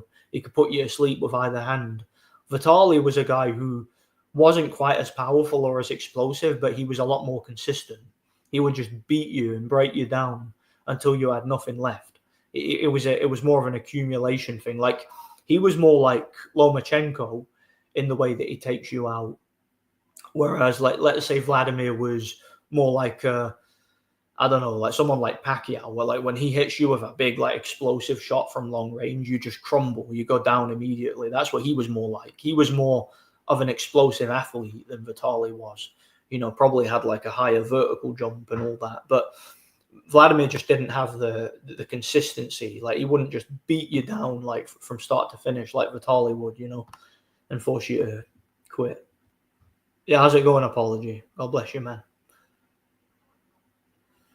Salute, Pigeon. Hope all is well, bro. Yeah, same to you. God bless you. Imagine what causes the upset. Yeah, it could happen. Look, Itauma's good. He's looked very good so far, but he's beaten nobody yet. People forget he's only like 20 years old or whatever, and he's done nothing. He's done nothing worth talking about. No, I didn't watch the zone undercard. I didn't see any of it. I was working, so I've not had the time. I was too busy. White versus Itauma, 1990. You gotta be kidding me. You gotta be kidding me. That's 1999. It's a pay-per-view fight under zone. It's under Kakachi versus Ford and Ball versus Goodman. All right. So yeah. It is a pretty good. It is a pretty good card then if it's got the Kakachi fight, and that's a very good fight by the way. Kakachi versus Ford. Like I favor Kakachi to win that fight, but it's not an easy one stylistically. And Ball versus Goodman. That's a similar situation. That could be quite a messy fight. I favour Ball to win, probably on points, but I think it will be a competitive scrap, and I think it will be quite messy, that one. Quite a foul-filled fest, that one, I reckon. August 16th card is decent. I just can't believe they gave White another payday. Yeah, White's done all right. Like, for a fighter at his level, he's made a lot of money, hasn't he, to considering his talent level, Yeah, without a doubt. Vitali had the size and the strength and the consistency to be competitive in any era. Like if he was around, let's say 1970s or before, he would have probably never lose a single round in his entire career. Yeah, and he's done nothing to garner that hype. Okay, because he's beaten nobody. Who has Itauma beaten? Where you say, yeah, that guy's like a fringe contender. And this guy's now ready to fight for titles. Who's he beaten? We've seen this story numerous times where we've seen like a heavyweight. He's got a decent amount of power, a big, strong-looking guy, got a six-pack, big bulging biceps. And then as soon as he fights like I don't know, like an Erkan Tepe or a Carlos Takam, a guy who comes forward and applies pressure, has got a decent chin and very good stamina, they completely crumble and fall apart. Like we've seen fighters fall at those hurdles. So I've seen nothing from Moses Itauma that tells me he's not going to suffer a similar fate, Great video, Nordic Warrior. I watched them, documentary types, rating fighters, my favorite. Oh, thanks, man. I appreciate it. I have got more coming because I got my new laptop, which I was showing you guys earlier. So it's actually an Asus gaming laptop. And it's very, very good for editing videos. So I'm going to be able to, plus I can use my capture card on it as well. So I'm going to be able to get some retrospectives done and all that once I find the time. would be hilarious if he turned out to be a David Price. It could happen. Again, look, David Price, I would argue David Price showed more talent at that stage of his career, his early pro career than Atalma. Like, David Price, probably a bigger puncher, probably taller, longer. I don't know, man. Like, I think David Price looked more promising at that stage of his career than Atalma. I honestly do. Atalma gassed after one round versus the NFL guy. Well, again, we haven't seen Atalma go to the later rounds. He's never been 12 rounds, has he?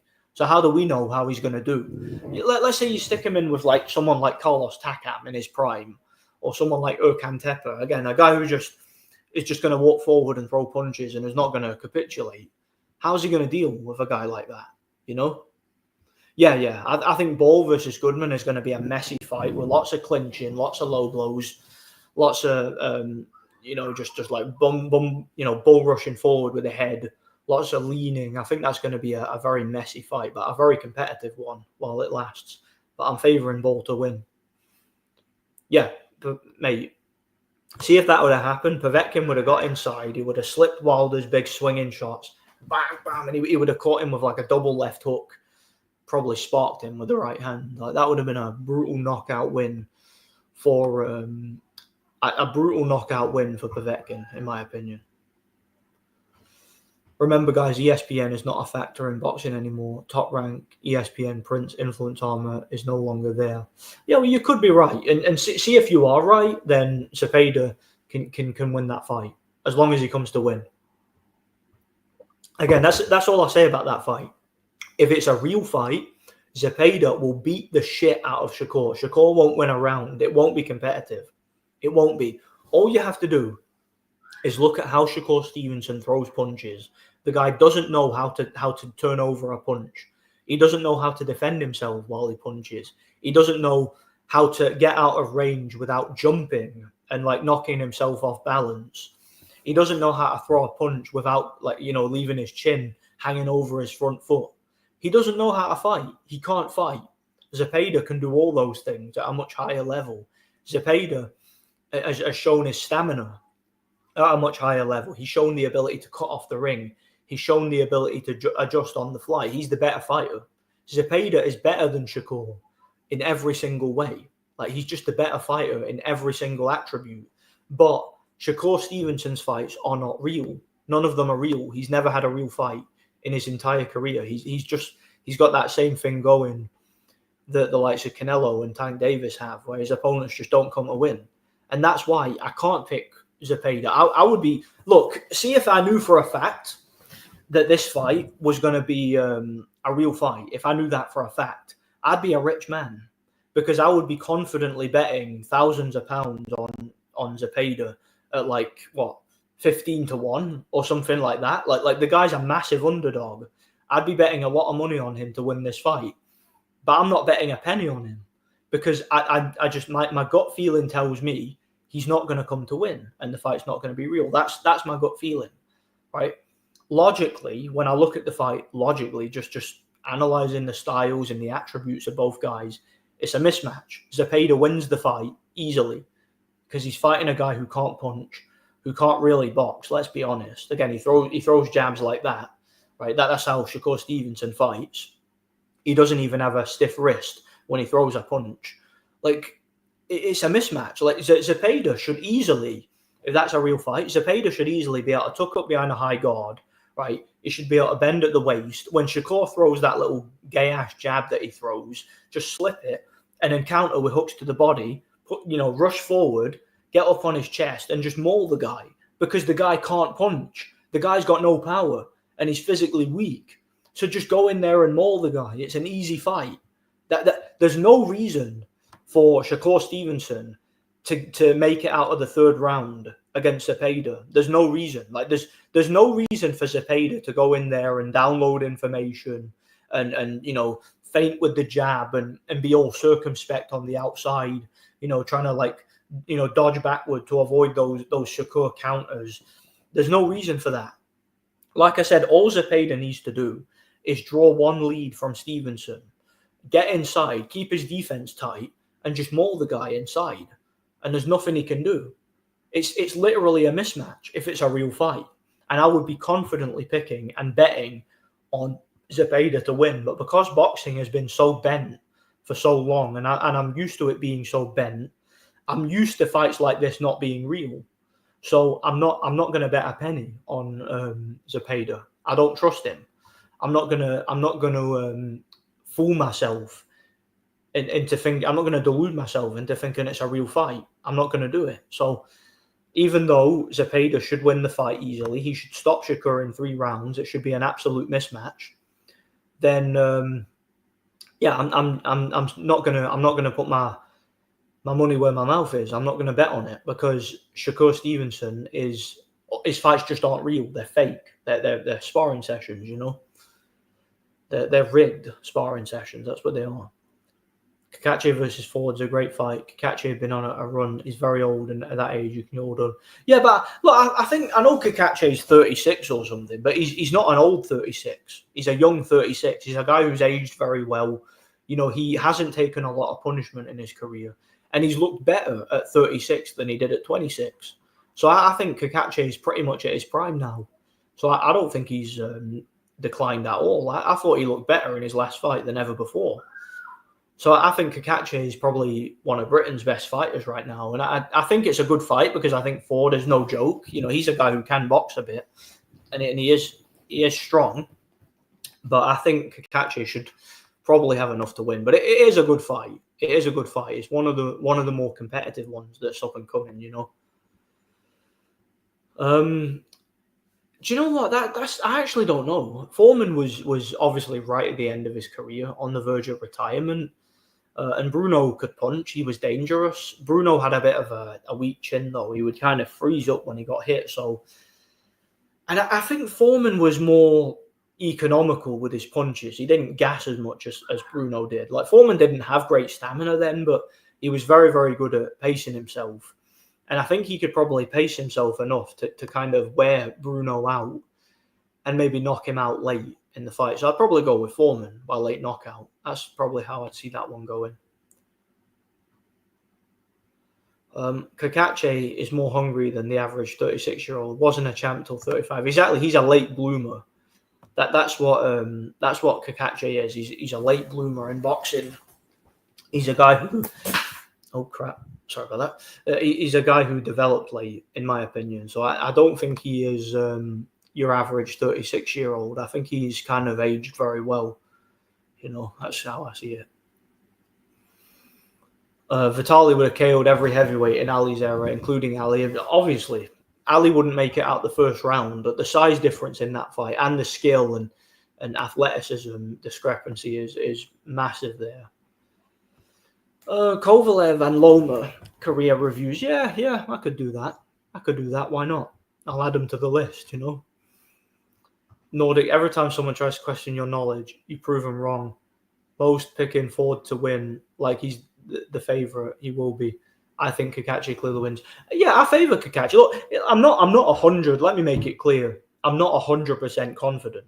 I do think Ford has a chance, but I'm favouring Kakache.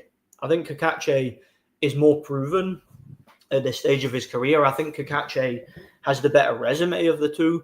I think he's tougher. I think he's more skilled. I think, like, being more skillful and tougher, and having proven himself in hard fights at world level, I think Kakache is just, the smart money's on him. I don't think it's an easy fight. I think it's a tough fight. And it's a different kind of fight stylistically to what he's dealt with in his last couple of fights, fighting the likes of Lee Wood and Josh Warrington and whatnot. Very different style of fighter in Ford. But I do favour Kakache. I do think he is the better fighter of the two at this stage, Bron Custer Smith got a world title shot against Larry Holmes after knocking out Bruno in 10. Imagine what Holmes would have done to Bruno. And Holmes would have knocked out Bruno. No, that complete mismatch. Holmes was the best heavyweight of the 80s, in my opinion, by far.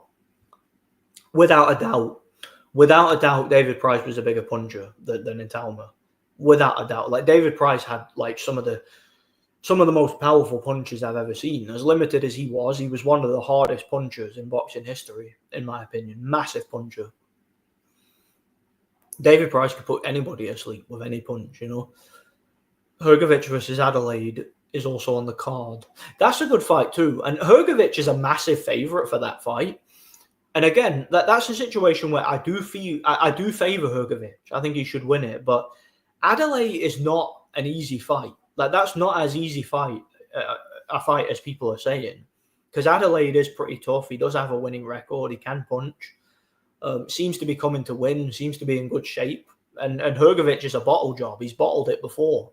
And he's a cherry picker. So I wouldn't be surprised if that was an upset. I'm favouring Hrgovic, don't get me wrong, but I would not be surprised if that didn't go as most people are expecting, you know? Who do you think wins, Henry Masker or Hopkins? If it was in a neutral venue with a fair referee, Henry Masker on points, easily. If it was in America with like corrupt American officials, Hopkins on points. But yeah, neutral venue with fair officials, Henry Masker on points. He just outboxes him. Bit more fundamentally sound, better athlete. I think he wins pretty easily, to be honest. I genuinely do. Would Italma even beat someone like a Jagba now? Not so sure. That would be a step up. That would just like the Dillian White fight is a step up. That would be a step up compared to who he's been fighting, you know.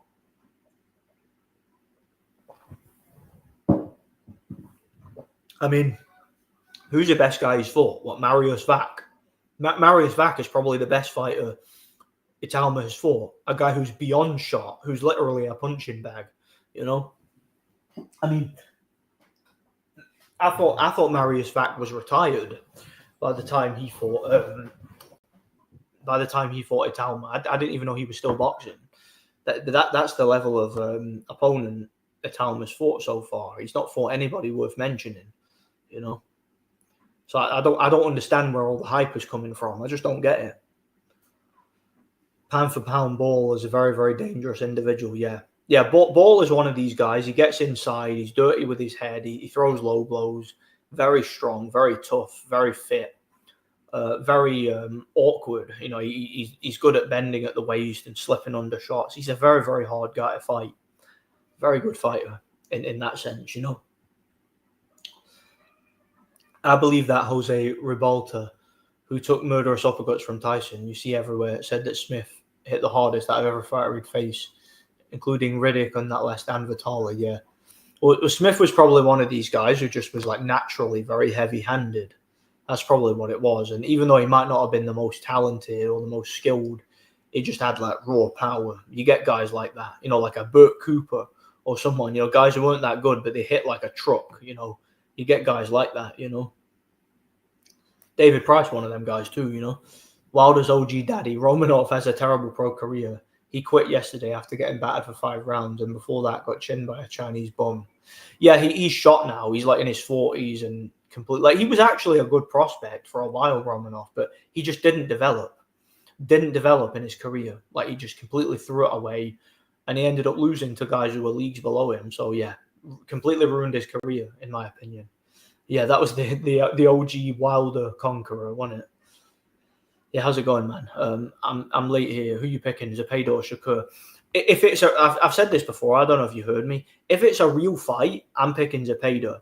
If it's a real fight, I think Zepeda will absolutely batter Shakur and stop him early. I'm talking within 3 rounds. I think he stops him easy, but I don't think that'll happen because I don't think the fight's real. I think that Shakur will have the establishment backing him. I think Zepeda will just spar with him and look to go the distance. And just lose on points. So yeah, I think it will be a fixed fight with Shakur winning a fraudulent decision. That's what I think will happen personally. Like most of his fights, you know. I think Ball has the edge in power and will stop Goodman. Looking forward to it. Oh, hope I'm not coming down with something.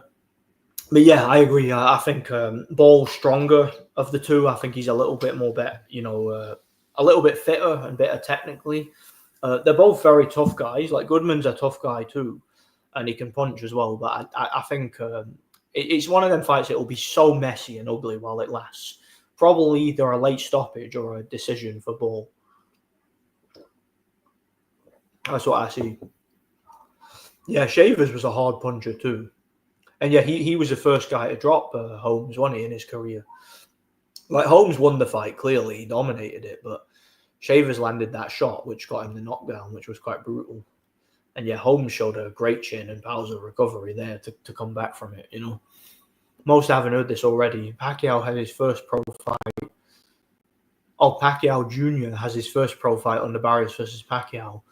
BoxRec hasn't listed it yet. So Pacquiao's kid's going to be boxing. Yeah, that'll be interesting. Maybe they can match him up with Campbell Hatton. That'll be funny. Can you imagine that? Could picture it. Shakur celebrating beating Portray, the election guy, part-time boxer, was truly classless. Yeah. Shakur is a complete bum, in my opinion. I don't rate him one bit. Yeah. Zepeda's a massive underdog. And look, again, if I said this earlier, I don't know if you were listening. If I knew for a fact in my heart of hearts, if I knew it was a real fight and Zepeda was coming to win, I would bet thousands on those odds. I would bet thousands on Zepeda to win the fight, and I'd be a very rich man. I'll bet thousands on it. I honestly would bet thousands, but it's not going to happen, in my opinion, because in my opinion the fight isn't real. In my opinion, you know, Zepeda coming off 2 really tough fights versus Farmer. I hope those fights didn't take away from him as much as they took from Farmer. Yeah, those were good fights. I mean, don't get me wrong. Look, Zepeda won both of them. He won them both pretty clearly, but Farmer's one of these guys who I think over the years he's become a bit more refined. Like he's more of a like what's the word I'm looking for? He's more of like an assertive counterpuncher now. Like he'll make you miss, and he'll really sit down on his single shots, and he picks his punches very well. And he's a much better fighter in that regard than Shakur Stevenson, who's just a runner and a slapper. Like Tevin Farmer actually can punch a bit, and he can actually counter. He can defend himself inside. He can bend at the waist. He can do some slick things in the ring.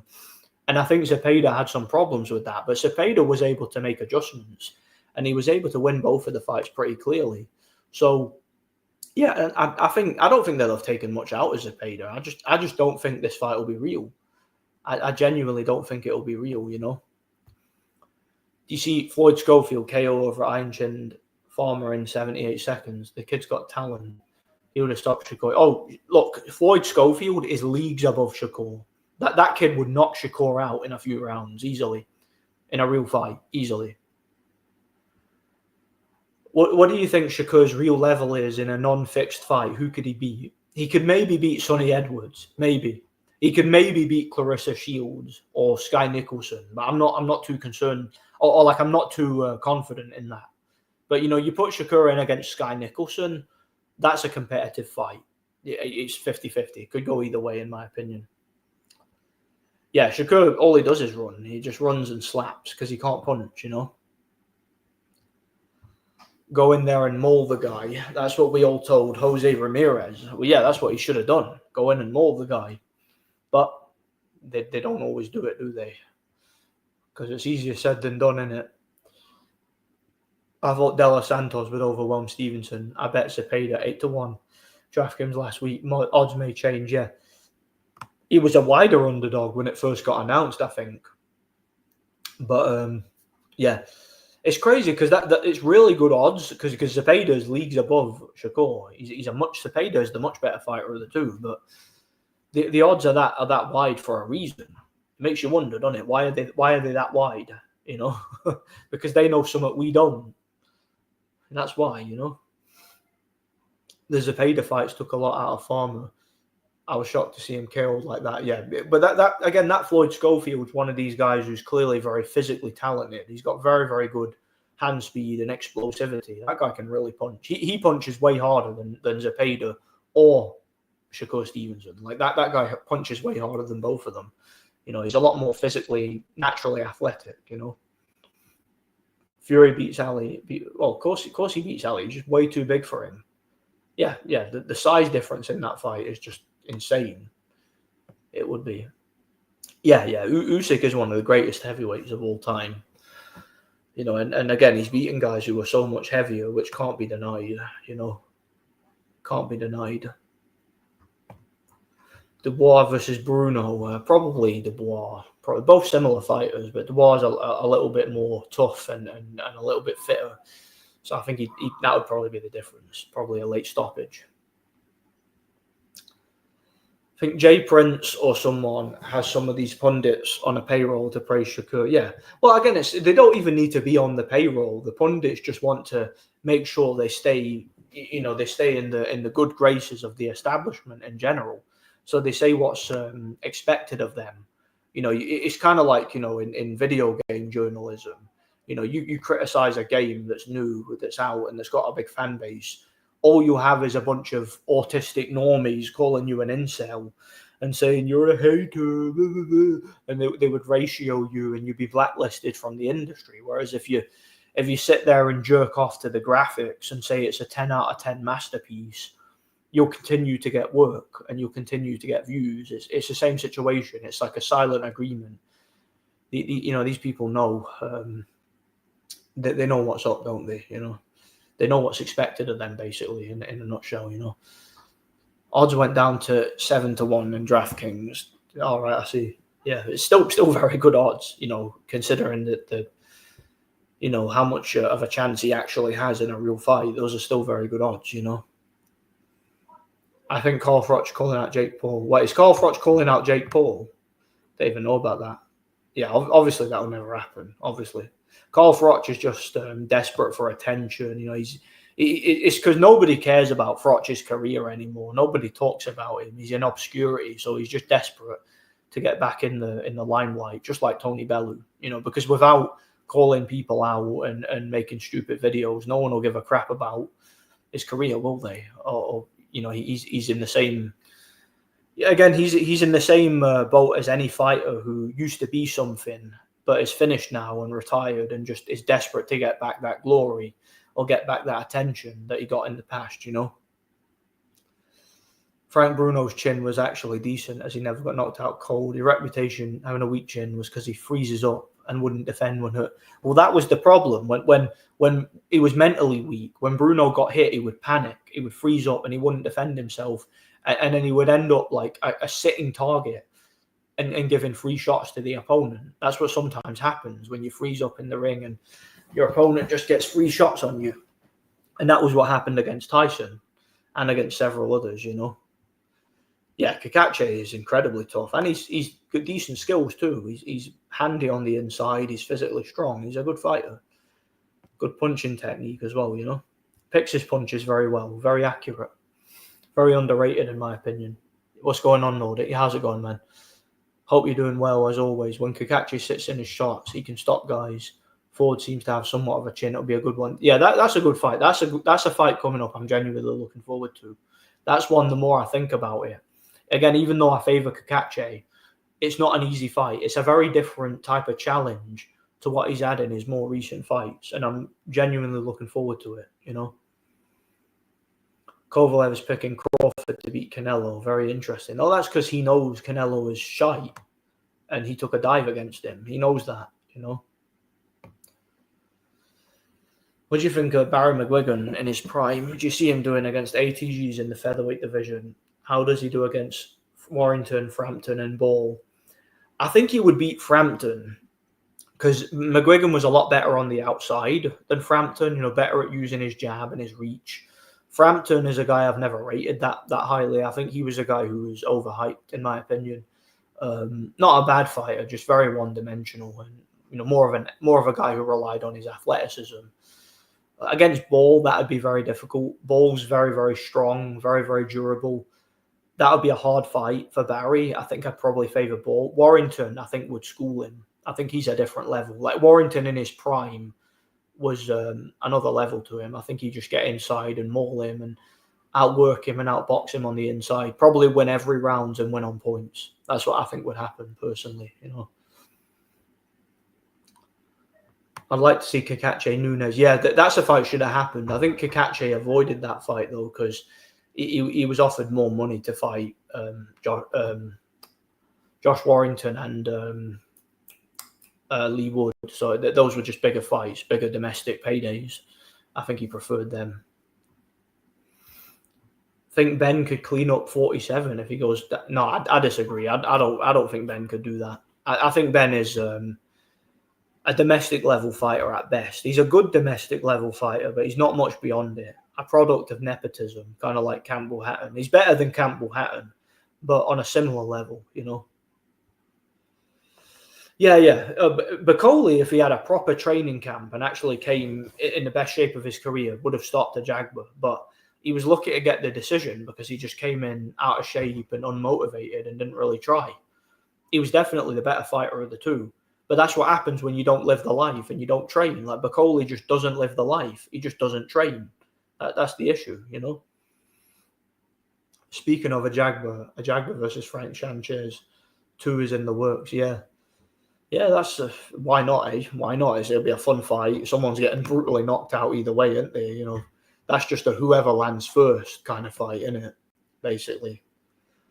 Atalma did make work of McKean under a round, however, does have more work to do. Again, but who's Dempsey McKean? Who's he ever beaten? What's he ever done? That's literally just again, it's a name, but one who hasn't really done anything. You know, it's just a mismatch for any serious prospect. And no, I don't rate Conor Benn at all. I think he's domestic level. Yeah. Ball is a midget. He looks at him, but he's a good fighter though. He's a tough midget. He can fight. I don't rate Mario Barrios though, but again, he's fighting a 46-year-old man. That's the problem. And look, you don't have to be a particularly good fighter. As long as you're like championship level, you should be beating a 46-year-old man who's half your size, you know, if you're any good. Ball stops Goodman. The guy bottled 3 fights with Inoue. Yeah, I do favour Ball, like I was saying. I don't know why guys like Shakur and Haney are promoted so much. They only take away from boxing. They create no boxing fans and don't generate money. But that's the thing. It's not about money. Look. There are cartels and criminal institutions that launder a lot of money through boxing. All right, we know about this. This is not a secret. This is out in the open. And there's an element of cultural Marxism involved in boxing. And guys like Shakur and Haney fit the bill. They're degenerate, pathetic, you know, girly, cowardly thugs who take and give nothing back to society. And that's the kind of personality that's promoted in the entertainment industry and the media.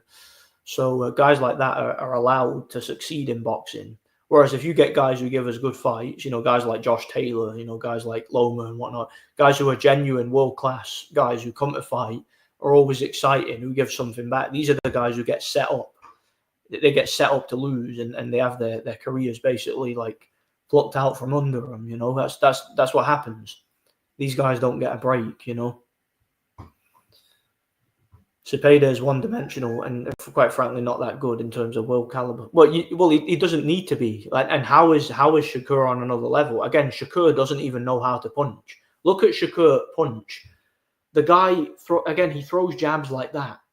And every time his opponent flinches at him, he goes, he jumps back with his mouth wide open, his chin up in the air, his feet leave the ground. So all you have to do is just run at the guy and throw a punch and he would be on his ass. Like we've seen that in some of his fights. His opponent will throw a feint, not even try to hit him, and he'll fall into the ropes. Or he'll throw a jab and his opponent will throw a right hook.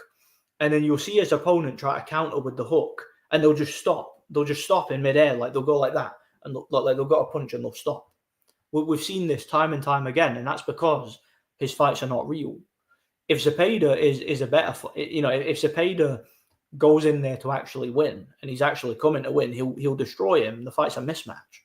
He'll absolutely batter Shakur, but he won't come to win because Shakur's fights, again, like I've said many times, his fights are rigged sparring sessions. When his opponent's got to hit him on the chin, they stop. They stop just about here, and they don't throw. They don't execute on the punch. They don't turn them over. We've seen it. In, look, the slow motion film studies that prove this. Go and watch them. You know, Shakur cannot fight. That guy sucks. You know. You think Zepeda? No, I don't think he is coming to win. Because again, we've seen it from numerous fights on Shakur's record. We've seen guys who should be knocking him out easily, and they just don't throw punches. They just spar with the guy, you know, light sparring, you know. I think Ball stops Goodman on cuts. Goodman got cut in his last 2 fights. He got cut twice in the lead up to Inoue. 4 cuts in a year, soft. Yeah, he could be like Ricky Hatton, one of these guys who just cuts easily. Fighters are like that, some of them, you know. Vitaly Klitschko, he used to cut really easily. I don't know why people say Bivol's more skilled than Usyk. He's not. Not even close. Usyk is way more skilled. Yeah, Usyk is levels above Dimitri Bivol. Usyk is on another level entirely, you know. We are the boxing sector. We aren't YTBC anymore. We are the boxing sector. Yeah, whatever that means. Froch talks smack about Turkey and Saudi, but when he was a good boy when interviewing Turkey. But again, Froch is just desperate for attention. That's all he wants. That's all he ever wanted. That's why when he was fighting, he used to talk mad trash about Amir Khan and guys like that because he was jealous that they were more popular than him. And he does the same thing to Anthony Joshua and any other British fighter. Like, he tries to bring them down, tries to insult them because these guys are more appealing to fans than he ever was, and he doesn't like it. And you know, he's desperate to get back in the limelight, just like Tony Bellew. It's the same situation. And I shouldn't be telling you guys this, but you know, he was sacked for sexual harassment. Sue me. Schofield accused Shakur of poisoning him for their fight, and then later retracted his statement. He mentioned in the former post-fight interview no one believed him, and it made him depressed. So he said that. So he's saying that when he was set to fight Shakur, and then it got cancelled, he was poisoned. Is that what he's saying happened? Because you know what? Wouldn't surprise me one bit. It wouldn't. Like Shakur Stevenson and all the just absolute like corruption we've seen surrounding that guy. You know, Jay Prince and all these other gangsters and all the degenerates like you know, Top Rank have done everything they've done to manufacture that guy's career. It's not. Would you put it past them to drug an opponent? Because I wouldn't. Maybe that's what's happening with his opponents. Maybe it's not that they're throwing the fight. Maybe they're just too drunk to actually throw punches. I mean, I doubt it because a lot of his fights clearly look fake to me. But maybe Schofield refused to take a dive, and then you know, maybe I don't know. Maybe just they thought, you know, he's not gonna throw the fight. Let's put something in his water. You know, wouldn't surprise me. Wouldn't surprise me in the slightest. A lot of people use Usyk beating Fury as proof Ali would have beaten Fury because.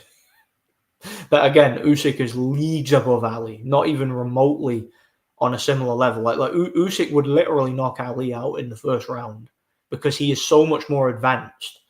It's not even worth like discussing. It's a mismatch, you know. I respect someone like Nick Ball for fighting, even if you're 5'2". Be the best 5'2" guy you can be. Yeah, exactly. If you're a midget, you know, just be the best midget you can be. You know, be like a dwarven warrior. Why not, eh? Dwarven warrior.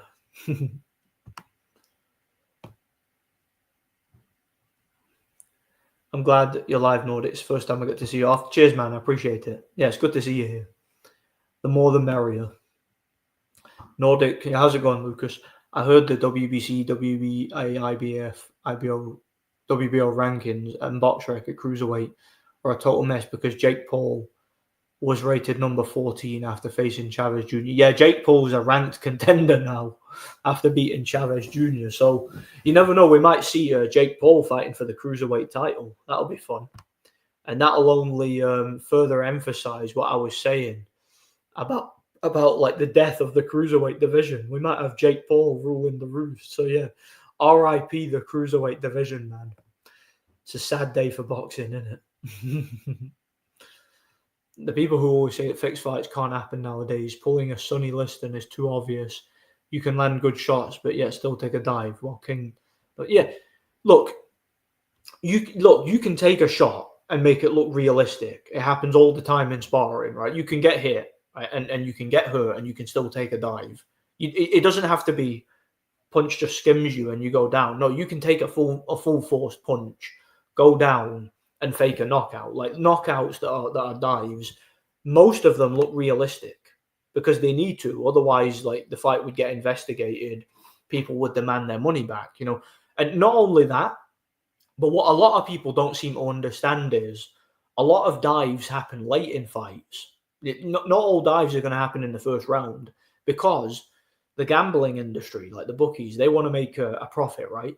And one of the ways that they lose a profit is on round betting. Now, if you bet, because a lot of people bet on the first round, because the odds on the first round are always amazing. You get like 50 to 1, 100 to 1. People will stick a fiver on the first round quite often, yeah? So let's say like a fighter takes a dive in round 1. A lot of people will have bet on round 1. Fighter takes a dive in round 3. A lot of people will have bet the under, right? So the bookies are going to lose a lot of money on that, potentially. Now, if you can drag it out to round 10 or round 11 and then take a dive, the bookies are going to make a decent profit, right? Because all the round betting isn't going to make anybody any consequential amount of money. And, you know, the fighters are both going to keep their reputation. The advertisements are going to be out there, you know, because part of the way the boxing establishment and any sporting event makes money is on advertisements, right? They show adverts during the rounds. They have like canvas on the mat, right? They have an advertisement on the ropes and the ring mat and around the arena on the fighters' shorts and robes and things like that. You know, there's all sorts of advertisements everywhere in every single sporting event. And the longer you drag the event out, the more revenue, the more money you're going to generate, right?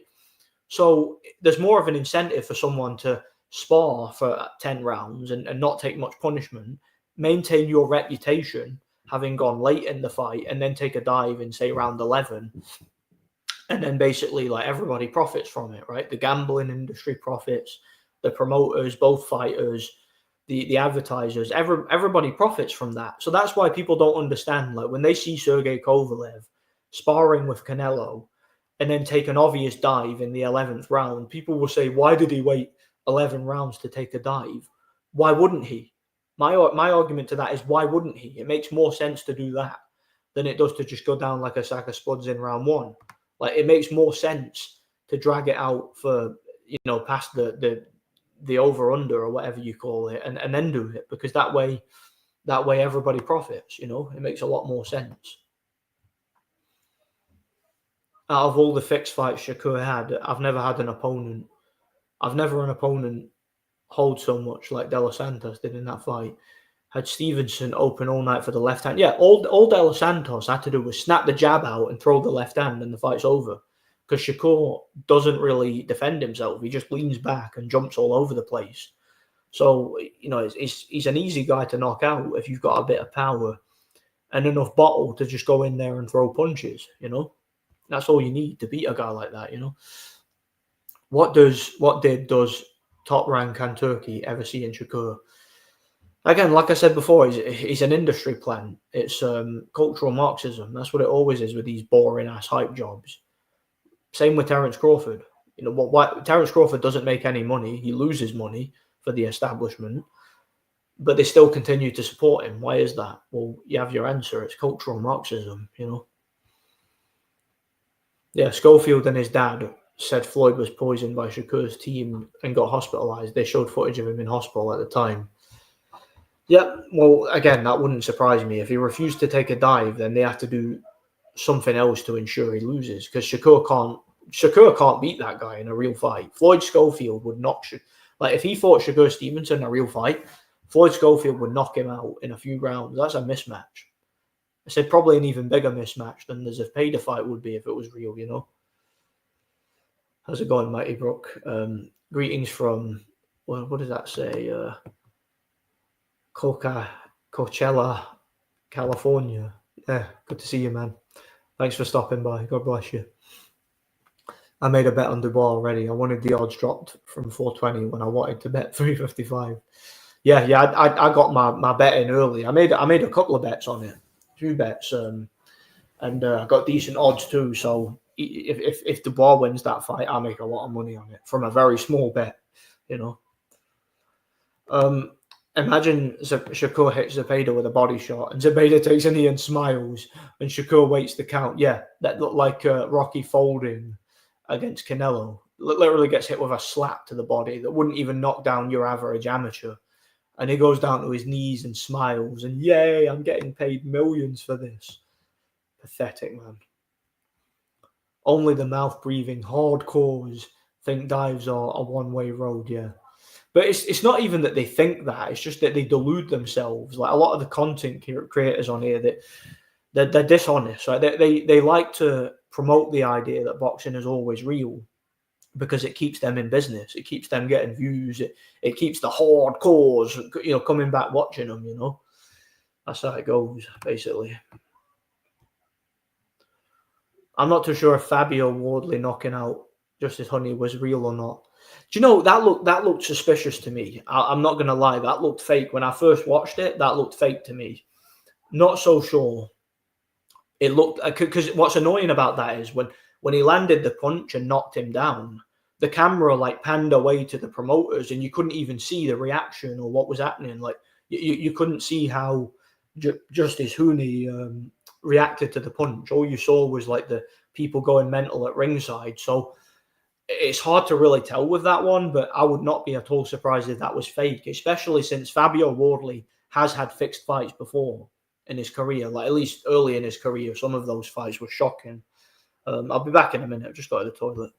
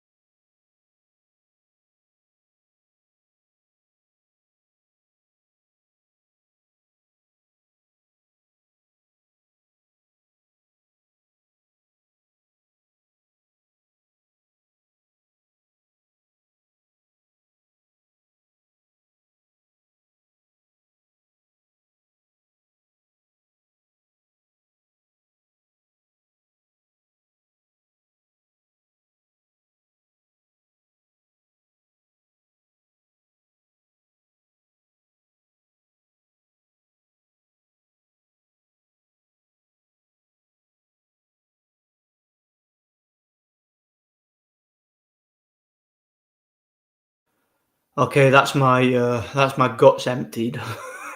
And here we are. Where was I in the chat? Do you think Shakur's amateur career was fixed, dude? Probably. It probably was. They have to. Again, he's probably born into the sport. He was chosen at a young age, and then manufactured and brought up, kind of like what happened with Haney. It's just a similar situation there. Leo Atang and Moses Itumba are the establishment's next chosen ones, yeah. Well, there's definitely something weird going on with Itumba because the guy's done absolutely nothing to get the kind of hype he's getting. like it's crazy to me how highly regarded the guy is based on absolutely nothing. You know, it annoyed me that everyone just assumed Schofield was afraid of Shakur and faked the illness, despite him showing he was in an actual hospital. Why would he be scared of Shakur? What would you be scared of? Like, what is there to be scared of? Shakur can't even, like, he can't punch your skin off a rice pudding. Like, what is he being scared of? Is he scared of being outpointed in a crap fight? Is that what he's scared of? Oh no, I'm so terrified. This guy might outpoint me in a crap fight. Like, is that what Schofield was afraid of? Really, he was scared of that. Somehow, I very much doubt it. I wouldn't be surprised at all if he was drugged, like he was saying. You know, people will say Jake Paul fights are fake, then say Canelo's are real. Literally the same. Yeah, you look at Jake Paul and the way his opponents are pulling their punches. It's exactly the same as Canelo's fights. But, you know, fighters are throwing punches to the side of his head, and you know, he's like the Matrix and that, like a punch is in perfect position to hit him, but it just doesn't extend how it needs to do him any real damage. People hit him in the face, and despite the fact he's a ginger with pale skin, he doesn't have any marks. It doesn't take a genius to see what's going on. But they see it with Jake Paul because they want to see it. They don't see it with Canelo because they don't want to see it. That's all it is. It's perception, you know, choosing to be ignorant. Hardcore boxing fan equals brain dead normie, consumes product, never thinks outside the box. Yep, spot on. That's exactly what it is, Rolf. Absolutely. Just a normie who doesn't question anything and just accepts everything they're given as reality, you know. I think Fabio's knockout over Hunia was real, as it was a good shot. The count was quick, though, and the referee was way too comfortable waving it off as quickly as he did. Yeah, the ref didn't give the guy a chance, even though he beat the count. Like the ref just waved it off immediately. But I do think at the same time, you know, it's hard to say whether it was real because they cut away from it and we couldn't see the actual reaction to see whether or not he was truly hurt and not play acting, you know. So I don't know. Chavez was a bad fighter. Only ever good wins was Andy Lee. Quitter. Yeah. Chavez Jr. was a punching bag in his prime. He never took the sport seriously. He was just a guy who relied on size and strength. But he had enough to beat Jake Paul. I mean, compared to Jake Paul, he was like a world-class fighter, you know. But again, Jake Paul's fights are not real. They're just the same. Jake Paul's fights are the same as Shakur's. They're fixed, rigged sparring sessions. That's what they are, you know. Hey, Nordic. Yeah, how's it going, man? Been forever since I caught one of your lives. Hope all is well. Have a blessed Sunday, but yeah, same to you, man. God bless you. Hope to see more retrospective career breakdowns of yours. But yeah, I was talking about this earlier. I've bought a new computer. I've got a good quality laptop now that I can start editing videos on, and got my capture card ready to start recording them. So I'm gonna be getting back to, you know, my back catalogue of career reviews I need to do. It's just it'll take time to edit them, obviously, but I'm gonna do them. I am. So yeah, I hope you stick around for it. I think the most obvious rigged fight of Canelo's was Callum Smith. Yeah, that was one of them. Again, Callum Smith in a real fight would ram his jab down Canelo's throat and stop him in a few rounds. That fight's a mismatch if it was real. Or just keep him at long range and school him. Don't let him get close. Easy fight, mismatch. But he didn't come to win because it's Canelo fight and Canelo's fights are not real. So what do you expect? But again, the normies, you know, the casuals, the NPCs, hardcores, whatever you want to call them, they see it with Jake Paul. Because with Jake Paul, the narrative is he's a Disney kid who's, you know, basically buying a boxing career, right? They see it with someone like Jorge Kawagi. They see it with someone like, I'm trying to think of someone else, you know, like Joe Fournier, you know, these guys who are like rich guys who get into boxing and buy a career. They see it with guys like that. They see it with Jake Paul, obviously. But it's weird to me how they don't see it with guys who are within the industry, They don't see it with guys like Canelo or Shakur or Tank Davis or Haney, guys who, when you see them fight, they've got no power, no defense. You know, they're very one-dimensional, and their opponents who are better than them in every area are not throwing punches. Like they're actually, like, you can literally see them doing WWE style receipts where they'll stick their hand out there and then just pull it back, or they'll throw it to the side of the head, or they'll throw it with a limp wrist so it doesn't do any damage. That's the classic one with Canelo's, right? They'll hit him with the guard. Like Kovalev, who's got one of the hardest jabs in boxing history, a stabbing jab that he really steps into and gets a lot of like thrust on it, right? We've seen him break a guy's rib with a jab once, right? We've seen him drop guys numerous times with a jab, right? He's in there with Canelo and he's tapping the guard with a limp-wristed jab, throwing it like Shakur Stevenson, right? How is Kovalev, how does he bring himself to even do that? How is Kovalev not going in there and punching straight through the guard of a man who's half his size? It doesn't make any sense. But the people see it. They see it with Jake Paul, and they see it with Joe Fournier. They see it with Kawagi. They see it with these rich guys, right? They don't see it with guys who are in the boxing industry, with guys who are like established, like fighters with a bit of credibility. They don't see when these guys do the same thing, when they're bringing in money and then having guys just spar with them. It beats me how it goes over people's head. But again, it's not that they don't see it, really. It's that they don't want to see it. It's that they don't want to acknowledge it, because it would be against the economics of the situation to go against the grain, basically, you know. That's just how it is. I believe you said, Nordic, on old streams you were going to do Eddie Chambers' career review. Yeah, that's one I'm going to do. That's one that it probably won't be the next one, but it'll be one of the ones I do. I keep meaning to do Enzo Macronelli. That's one I wanted to do ages ago. I've still not done it. Your Canelo videos are funny to watch. Exposing Canelo, I can't stop laughing. It is, but it's tiresome, I think. Like, it's gotten to the point where I'm just done. I'm done doing it. I'm done talking about it. I'm sick of talking about Canelo, because anyone that actually thinks Canelo's fights are real is just the worst kind of normie. They're just an ignorant moron. And I've just got no time for ignorant morons. I don't have the patience for them. All right. If you're an ignorant moron, I don't want to interact with you, because you're just going to bring me down to your level. You're not going to have a genuine, like, intellectual conversation. You're just going to be a dickhead, basically. Oh, you're a normie. You're a conspiracy theorist. Like, if you're one of these people, I've got no interest in wasting my time or an energy with people like that, you know. No interest whatsoever. Yeah. Callum Smith was afraid to punch Canelo, but not Beterbiev. Yeah, he was letting his hands go with Beterbiev, actually trying to have a tear up with the guy. But with Canelo, he's like terrified and running away. Yeah, that makes perfect sense, doesn't it? Like, that's totally believable, you know.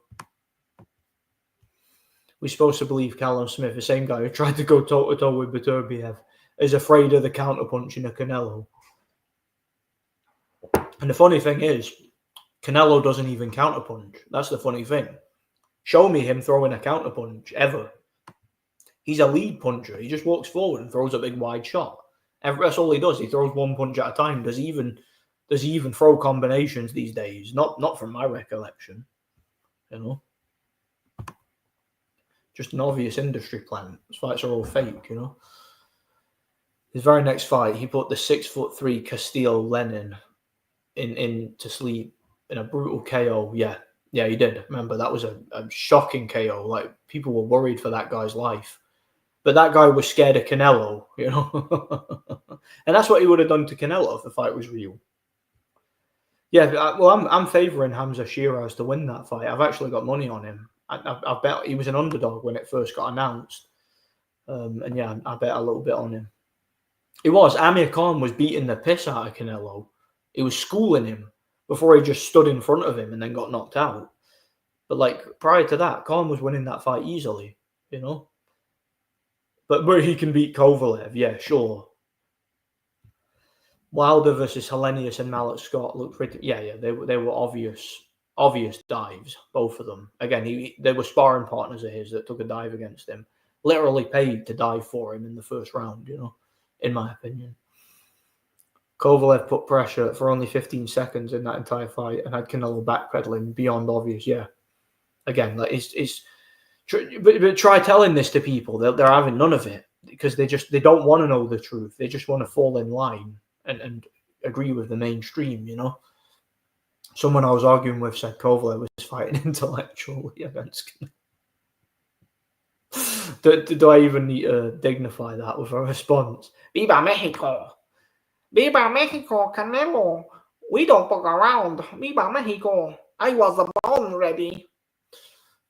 Makes me think how Crawford Canelo is going to look. Crawford will school him, in my opinion. I think he will. But that won't be a real fight. Crawford will probably take it easy on him and beat him just by a little bit when really he could win every round, you know. Exactly. I'm not a Jake Paul guy by any means. However, he wouldn't be in boxing if it wasn't for the history of the sport's rigged fights. Look, rigged fights have been around a lot longer than Jake Paul. Okay, and they'll be around a lot longer. You know, everyone knows who follows boxing, even at domestic level, that there are journeymen that will just show up for a payday and not try to win. They'll just go the distance, or they'll just like wait for a cushy part of the canvas to take a dive. It happens at all levels of the sport, including world level, and it happens more than ever in big fights where there's millions of dollars involved. You know, guys are looking for their retirement check. You know. Yeah, Crawford having a sin fight, he loaded his gloves, which was disgusting, you know, and he got caught big time. Yep, and any elite fighter or not even elite, any like domestic level fighter who's half decent from 147 or above would beat Canelo. I've said that for years. Canelo struggled against Matthew Hatton. That's his level. Matthew Hatton is Canelo's level. A domestic level welterweight is his level, if not below that, you know, because that could have been fixed. If you think Kovalev came to win against Canelo, I can't take you seriously. Yeah, exactly. If you think Kovalev actually tried to win that fight, you don't know anything about boxing, and you're not worth my time or energy, as far as I'm concerned. I'm above you in that sense, you know, intellectually. Zepeda struggled against Farmer in their first two. Shakur, again, I think that's that same guy on another comment. Shakur is about 10 levels below Tevin Farmer. He's about 10 levels below him. Like Tevin Farmer would legit knock Shakur out in a real fight easily. If Canelo wins against Crawford, it's obviously fixed, and the establishment has more plans for Canelo. Probably. I can't see Canelo legitimately beating Crawford. I think Crawford beats him easily if the fight's real. And even if it's not real, they'll probably fix it for Crawford anyway, because he's got more upside politically than Canelo at the moment, who's on his way out. They've still got plans for Crawford, I think. Crawford versus Hatton, probably Crawford. I think Hatton would probably win some of the early rounds with his pressure and his work rate, but I think Crawford's strength and durability would take over. Obviously, Crawford's a lot bigger too. I think he would break him down, and I think he'd probably stop Hatton late after a very competitive fight. Ortiz versus Duran. Are you on about Virgil Ortiz? Probably Duran, actually. I think he'd outbox him. Just too technically good for Virgil Ortiz. Virgil Ortiz gets hit way too much. His defense is far too leaky, you know. That Kovalev Canelo was the end of me chiming in on the BDA channel. I don't know how you can listen to that channel for more than a couple of minutes. You go on there for 2 minutes. It could be any conversation. There'll be some Mexican guy going, "Yeah, man, but Canelo and he throws that jab and Canelo and Canelo." Like that's that whole panel, and then it just descends into the Canelo praise and worship session. You know, that's all that panel is now. Like I can't stand it for more than 2 minutes. Yeah, and Canelo, and he throws that jab, man, and ay caramba, mi amigo. Yeah, shut up. I agree. Canelo already has an L and D. If I had to pick a gun to my head, yeah, because they might want to keep Crawford undefeated. Because without the undefeated record, Crawford has absolutely nothing. Absolutely nothing. Fixed fights have been around before. Jake Paul, Haney, Davis, Wilder, Stevenson, Canelo, Garcia, and Chavez Jr. have been industry plans. Before any of those guys were conceived, there were fixed fights in boxing. Okay. Probably as long as boxing has been existing and as long as money's been involved, there's been fixed fights, you know. You know, it'd be funny if Zepeda intentionally underperformed against Farmer to get Shakur in the ring, beat the shit out of him. One could dream. That would be funny. And I would regret not putting money on it if that happens, you know. Because think about it. If I put the bet, I would think of putting on Zepeda if I knew the fight was going to be real, right? Next week I could be in the Bahamas living in a penthouse, you know, or something. I could buy 100 of those laptops, you know. Because I'd never have to work a day in my life again, you know. But nah, it won't happen because it's a fixed fight, you know. Let's be honest. But one can dream, like you say, you know.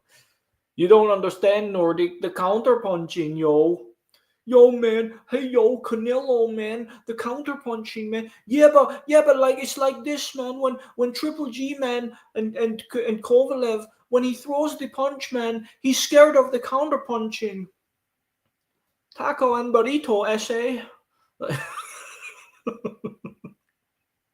It's like, yeah, but if you're saying that Kovalev took a dive, then you're also saying blah blah blah blah blah. Like, no, I'm not also saying anything. I'm saying, let me not get into that. Like, again, that's an interaction on that panel. You point out how Kovalev took an obvious dive, and they say things like, yeah, but if you're saying that Kovalev took a dive, then you're also saying this, that, and the other. Like, shut up.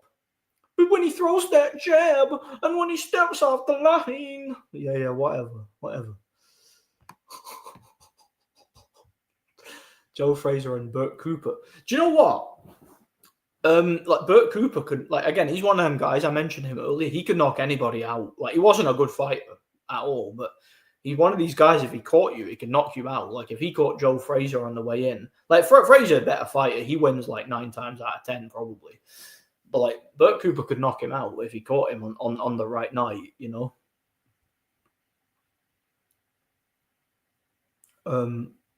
Canelo waited for Jacobs to make Golovkin look human before signing the contract. Yeah, and of course for Golovkin to agree to let him go the distance and throw the fight, I had to wait for that too, you know. Just Golovkin had to get the money right though. He needed to make sure he was guaranteed 3 fights. At his retirement check, those fights were his pension. He set up his pension with 3 fake fights against Canelo. Hatton versus Chavez at 14 pounds. At 141. I don't know, man. Probably Chavez. I think he was a lot more durable. Hatton was slightly better technically than Chavez. I think Chavez was more durable, and that might see him through to a close decision win, probably, I would say. Do you know, I'm actually favouring Fundora for the rematch, believe it or not. Favouring Fundora. Zhu hasn't looked good since that first fight. Took a lot out of him. He got smashed, you know, when he fought Morataliev. So I'm favouring Fundora on points. I think he might win it clearly this time. Yeah, I did rate Daniel Jacobs. I do think he's good. Like, he was never the same after the Golovkin fight, though. But prior to that fight, he was a very good athlete, very powerful. Dangerous from long range, great jab, decent defense. Like, Daniel Jacobs was a good fighter. I always thought he was underrated. Yeah, the head movement and the counter punching, yo. The counter punching, yo. It's 1 in a million chance to let a Mexican beat a black American is the agenda. Yeah, I guess. Now, Mexicans usually throw fights against black Americans. Not always, but usually, you know. What have I done here? I've pressed something wrong. There we are. There it is. Yeah, where was I? I don't know. I think Crawford will sell his old to Canelo the way Golovkin did. Maybe. But Golovkin didn't have the, industry backing that Crawford has, does he? Shakur got that dog in him. Too skillful for Zepeda. He getting stabbed. Yeah, Zepeda's terrified of the power of Shakur Stevenson. Shakur Stevenson hits so hard that when he hits a woman in the face bare knuckle while she's already on the ground, he can't even knock her out. That's how hard he hits, Did anyone else see Dortico Zerdo? Zerdo's bigger disappointment, some size with Golden Boy in his corner too. Do you know, I saw the highlights of that fight. I not watched the whole thing, but from the highlights, it looked like it was a close fight. And I don't know, to me, Zerdo looked a bit out of shape. I thought he was going to beat Dortico's a lot easier than that. I thought Dortico's had more, pretty much a puncher's chance, and that's it. But Zerdo would school him. But the fight ended up being quite close from what I could see from the highlights. But it did look to me like Zerdo won, but it didn't look good. He didn't look anywhere near as good as he did in his last couple of fights. I thought he looked great when he fought Billum Smith and Goulamirian. But when he fought Dorticos, didn't look quite as good. I don't think he looked in as good a shape. Don't think he trained that hard for that fight, to be honest. Not compared to what he did before. I hate when people say, you said X, that means it means Y. No, it doesn't. Yeah, exactly. If you're saying Kovalev took a dive, then you're also saying that black is white and white is black and that water isn't wet. No, I'm not saying any of those things. I'm saying Kovalev took a dive. That's it. That's all I'm saying, you know what I'm trying to say, don't you? Yeah. Oh, Josh Warrington. No, that's not his chant. Warrington's chant is, oh, worry, worry, worry, worry, worry, worry, Warrington. That's his chant. As much as I that's an Anthony Joshua one. Oh, Anthony Joshua. As much as I criticize Dubois, he's exciting to watch. Oh yeah, his fights are entertaining because it's like either he gets you or you get him. Kind of a glass cannon, same as David Price. So them kind of fighters are always entertaining. Or Triple G versus Pavlik, Jones Jr. or Abraham. I favour Triple G over all of them because he was way more durable and had way more stamina and was more skillful. I think he stops Jones and maybe stops Pavlik in the later rounds. I don't think he stopped Abraham though. He would school Abraham and he'd win on points, but Abraham was far too tough. I think he would go the distance. I think he beat Abraham on points. But yeah, he defeats all of them in his prime easily, in my opinion. That Triple G rematch was funny when Canelo's corner had to tell him, you can't knock this guy out, stop trying to. Yeah, because they know it's a rigged sparring session, so they're like, just go the distance and you'll get the decision, Yeah, how's it going, Hawker? God bless you. Yeah, Pirog did. He knocked out Jacobs. But I think Jacobs improved a lot after that fight. By the time he fought Triple G, he was at his prime. I think he was a lot better. Soto has a history of not taking boxing serious, but has recently progressed very well. Don't take his performance serious. Soto shows up when needed and when he wants. Yeah, again, against Goulamirian and against Billum Smith, Zerdo was in great shape and he boxed very well. Against Dorticos, he didn't look as good a shape and he didn't box as well. I just think he kind of fought to the level of the opponent, Yeah, Fury says he was hard done by the judges. Well, he's wrong because he clearly lost. He lost both fights clearly, especially the second fight. Pirog was set to fight Triple G, but he retired with a back injury. That was what happened to him. But yeah, he was a great fighter, very skillful. Fantastic timing and defense. And kind of a master of shifting and slipping shots and countering. One of the best counterpunchers I've ever seen. Prime for prime, Charles Adamu versus Eric Skoglund. Skoglund on points, yeah, he's a different level. He just outbox him. Adamu would just walk forward, throwing punches, and he wouldn't stop. But he wouldn't have much success. Skoglund would just outbox him on points. That's a bit of a random fight, that one, isn't it? But yeah, Skoglund on points. That Padley interview after the Shakur fight is hilarious. His face legit had no bruises or marks after 9 rounds with Shakur, yeah. Yeah, but so it'll be interesting if Shakur knocks out Zepeda.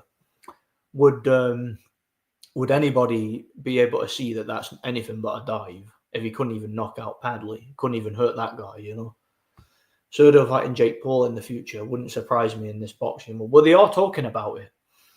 And again, how would they? That's one of them fights where if they made it, how would they be able to manufacture that situation? How could they convince Zerdo to just go in there and suck so badly that he could lose to Jake Paul? Because let's be honest, Jake Paul would not make it out of the first round against a guy like Zerdo, his level. Wouldn't make it out of the first round. Birog was great. Was underrated and underappreciated. Yeah, I think if he didn't get injured, he would have gone on to have a fantastic career. But yeah, he retired undefeated and world champion. So good luck to him. I hope he made plenty of money from his career. The most technically skilled boxer ever. That's hard to say. Look, there's so many fighters who are skilled in different ways. I think Lomachenko is probably one of the more complex fighters I've ever seen, in the sense that he has so many wrinkles to his game, and he does so many different things in the ring that he's just, his IQ is on another level. I say Usyk is one of the best long range boxers I've ever seen. Just behind a jab boxing at long range, he's one of the best I've ever seen, without a doubt. A guy like Vladimir Klitschko, probably amazing lead hand control, best punching technique, Triple G's up there as well in that regard.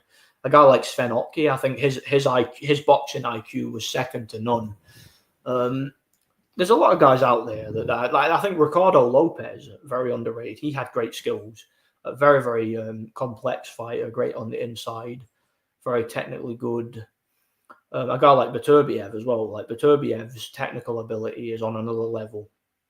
There's so many guys out there, and again, there's people who have different types of skills. Someone might be technically very good, but they might not always get their tactics right. A guy like Josh Warrington, for example, he's a great example of that. A guy who's technically fantastic, but tactically he gets it wrong for a lot of his fights and things like that. Doesn't always fight to his strengths. There's a lot of fighters like that. I remember losing respect for Briedis, trying to get involved in the Jake Paul sweep. Again, that was a fight that was never going to happen because Jake Paul wouldn't make it out the first round with Briedis. And so Briedis should have known that kind of fight was beneath him. It was beneath him, but he wanted the money. He wanted the social media fame and all that instead of legacy, How would you deal with a friend who says Fury fought a prime Klitschko and a couple of years ago was excited for Tank versus Crawford? I think you need better friends, or you need to try to educate your friend and red pill him a bit, unless you're asking for a friend. People don't realise the fact Bivol Zerdo was rigged. Think less of Zerdo because of, people don't realise that was another rigged sparring session. But of course I realised it. But I'm usually 5 years ahead of everybody, so go figure,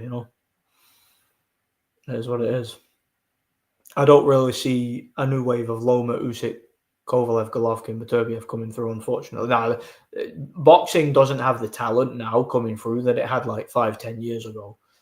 Especially not in the UK. British boxing now is dead. It's dead. There's nothing. And it's because most boxing coaches suck. I've talked about it time and time again. Boxing coaches in this country are stuck in the 1930s.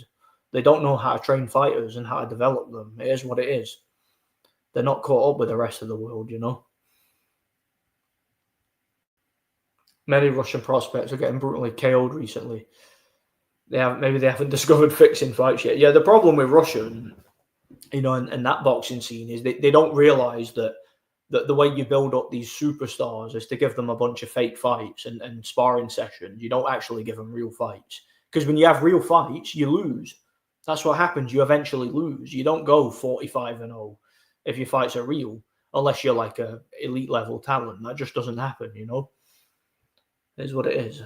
There are very few Joe Calzaghes out there, guys that can fight at that level and stay undefeated their whole careers. You give a guy real fights his whole career, he's going to lose eventually on his way up, and that's how he learns. But the Russians don't seem to know anything about matchmaking. Chris Bird, Vitali, Mayweather, Pernell, Bam, Pirog, Eric Morales. Yeah, those are all like defensively good for sure. Like Pernell Whitaker offensively wasn't very good, but he was very good at slipping punches and avoiding them and all that. And Pirog was, I'd say, on another level. Like he was very offensively and defensively good. Chris Bird, I wouldn't say Chris Bird was a great technical fighter. I think he was a very good spoiler, very, very good at avoiding punches and spoiling and wearing his opponent down with just awkwardness. I wouldn't say he was particularly a great boxer though, but he was good. Eric Morales was fantastic, very, very versatile fighter. Vlad was one of the best heavyweights of all time, in my opinion. Yeah, Loma and Usyk are up there. Yeah, we were talking about that earlier. He's not confident that he can legitimately win the third fight. He would need either another gift decision or he would need Beterbiev to be 45 or something. The cherry-picking, undefeated culture has killed boxing in this country. Johnny Nelson lost his first four. Yeah, because it's like when a fighter loses, like William Zepeda losing the other night. It's like oh, his career's over because he has one loss. Well, why? Yeah, that used to be the norm. You lose one fight, then you learn from it. You come back stronger. That's how it used to be. It's not that way anymore, is it? That's not the mindset people have now, sadly. Yeah. Calzaghe is probably Britain's most consistent fighter.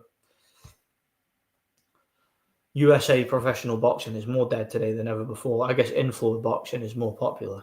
Yeah, well, the influencer boxers are making more money than world-class fighters, That's what's happening. I disagree with the Zerdo Bivol. Bivol's team was calling out Zerdo 18-19. Zerdo wanted no part of it. Well, I know nothing about that. Bivol saying he'd go down to 168. Yeah, I do remember talks of him going down to 168. Thoughts on Bam versus Cafu? What do you think about the potential fight? I don't know who that Cafu is. I've no idea. Bam versus Puma Martinez. Do you know what that fight makes perfect sense? It's for all the marbles in it, so it's the best fight to make, isn't it? Zerdo just mentally checked out. Well, I think it was a rigged sparring session. That's my opinion. Yep, Jazza Dickens is the interim WBA 130 champ. Yeah, Jazza Dickens, I can't believe he's still fighting and still doing pretty well. Like, he's had a couple of upset wins. Like his last two victories have been big upsets. Like he's won a couple of fights he wasn't favoured to win. Having an Indian summer in his career. Yeah, he's blows hot and cold, Ramirez, for sure. But yeah, he knocked out a Russian Olympic gold medalist in his last fight. And prior to that, he had an upset win too. So Jazza Dickens is he's doing all right now. He's actually had a bit of a Indian summer in his career. I would favour Beterbiev over Joe. Too strong, far too strong physically. Like Joe would try to get inside and maul him, and Beterbiev would just whack him around the side of the head and break him down and stop him late. I favour Beterbiev by stoppage in that fight. Joe was probably like a bit more complex, a bit more athletic, but Beterbiev was just far too strong and hit far too hard. I would favour him against Joe. Do you think Bivol has aged Beterbiev out all along? Yeah. I've said that for years. I have. I've said it in multiple videos. But if Bivol had fought Beterbiev 5 years ago, Beterbiev would have knocked him out without a doubt. The only reason it was even remotely competitive is because Beterbiev's in his 40s. Have you got Khamzat versus Belanga? Do you mean Hamza Shiraz versus Belanga? Because that's the fight that's happening next. I bet a fiver on Hamza Shiraz. I think he probably wins on points in that fight, but you never know. But Belanga's the favourite for some reason. I'm assuming that's just because of where it is, Yeah, I'm a big fan of Joe, but I think Beterbiev would have beaten him. I genuinely do. Just going to the bathroom 1 minute.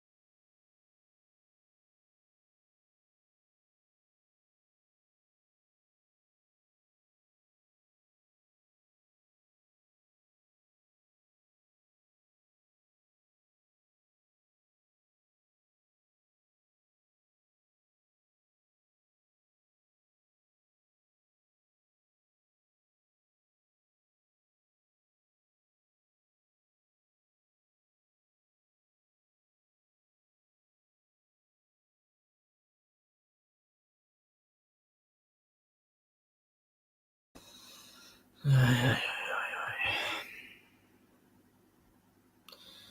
completely lost where I was in the chat. Let me find it. Oh, Yard Benavidez. Yeah, Benavidez will win that easily. Yard can punch, but he's also a bit of a punching bag himself. He takes too many punches. Defense is awful. I think Benavidez on points, probably. Possibly a late stoppage, but most likely on points. Yeah, I favour Benavidez. Pretty easy fight to call, in my opinion. Is there any news on the trilogy? Well, are you on about Usyk versus Fury? As far as I'm aware, there's been no new news on it since it was quote unquote announced. But I don't think it'll happen. I think it's just all hype. I don't think there's no demand for that fight at all. You know, Berlanga gets praised for getting dropped and losing every round to Canelo. Yeah, in a fake fight where he threw it. You know, he didn't even try. You know. Can't stomach DAZN's commentary. Such an awful production all round. Yeah, DAZN is absolute garbage. Probably the worst commentary team that there's ever had in boxing. You know, probably. They even clip their highlight reels. They used to be like 8 to 9 minutes long. Now it's 2 or 3. And it's funny. You go into highlight reels and there's not even any highlights. It's mostly just like guys pawing at each other and barely throwing anything. Like the most significant parts of the fight aren't even on the highlight reel a lot of the time with DAZN, I've noticed. So I can only imagine what it's like. And you can still hear the commentators talking nonsense. And it's still insufferable, you know? Oh, you meant Beterbiev, Bivol 3? Nah. Well, people are saying that Bivol wants to age out Beterbiev even more. And apparently Beterbiev has insinuated that himself or flat out said it. So, yeah, I wouldn't be surprised if Bivol says he wants to fight a mandatory first, or he says he wants to do something else, and he'll fight Beterbiev next year or whatever. I don't know. We'll see.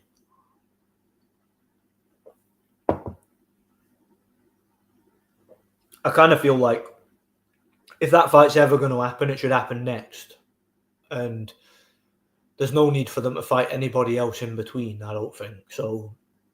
Yeah, I think that's a situation where either get it done or don't bother. I don't want to see it if it's in a year or 2 years. Beterbiev's, again, he's already in his 40s. He's not got long left, so it'll be completely pointless for it to happen anytime else other than this year, you know? Yeah, Beterbiev said, how old do I have to be? Yeah, exactly. Well, does he need to be 45? Is that how old he needs to be? Yeah. Yeah, but definitely Bivol and his team were quite fly. They were quite fly in the way they went about it. Like they weren't going into the fight like taking any real chances, were they? Like they weren't rushing to fight Beterbiev when the fight was first being talked about. When both guys were, you know, making a name at light heavyweight, when they were both, you know, in the early stages of their title reign. Because Bivol knew back then he wasn't ready for the fight. He would have gotten absolutely smoked. He'd have gotten smashed if the fight took place then. Beterbiev would have smoked him. Beterbiev probably would have smoked him early, probably within 5 rounds, I think. But it was just a situation where Bivol and his team waited until the time was right. They made a lot of money out of it, and they managed to get the win in the rematch, controversially, you know. Belanga's another one who had many fixed fights till he stepped up in competition. He could barely beat washed contenders. Hamza knockouts, that idiot. Yeah, I think Hamza Shiraz beats him. I've got money on Hamza Shiraz because he came in as the underdog. So, yeah, that's another one in fights. I don't understand like the odds. I don't understand why Belanga's coming as the favourite for that fight. I'm assuming it's probably just because of the location. Like, whereas the fight in America or something. It's probably what it is. Yeah, Bivol's not as physically strong as Beterbiev. Like, he is a strong guy, don't get me wrong, but Beterbiev is next level strong. He's like a genetic freak, isn't he? So, yeah, he's way stronger. And it's way harder. Wish Beterbiev didn't go through all the contract disputes and injuries. He's like 2 or 3 more recognisable names on his hit list from being top 3 of all time. Yeah, well, he's definitely one of the best, if not the best, light heavyweights ever. No doubt about it.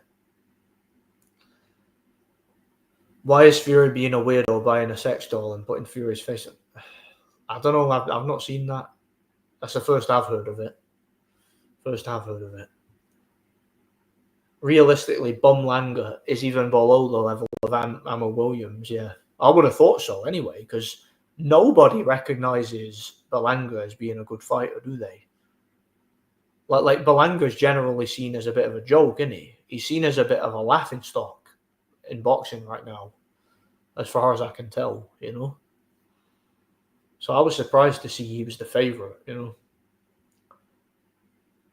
Mark Ramsey training Pascal and Alvarez didn't help either. 2 guys he didn't let fight.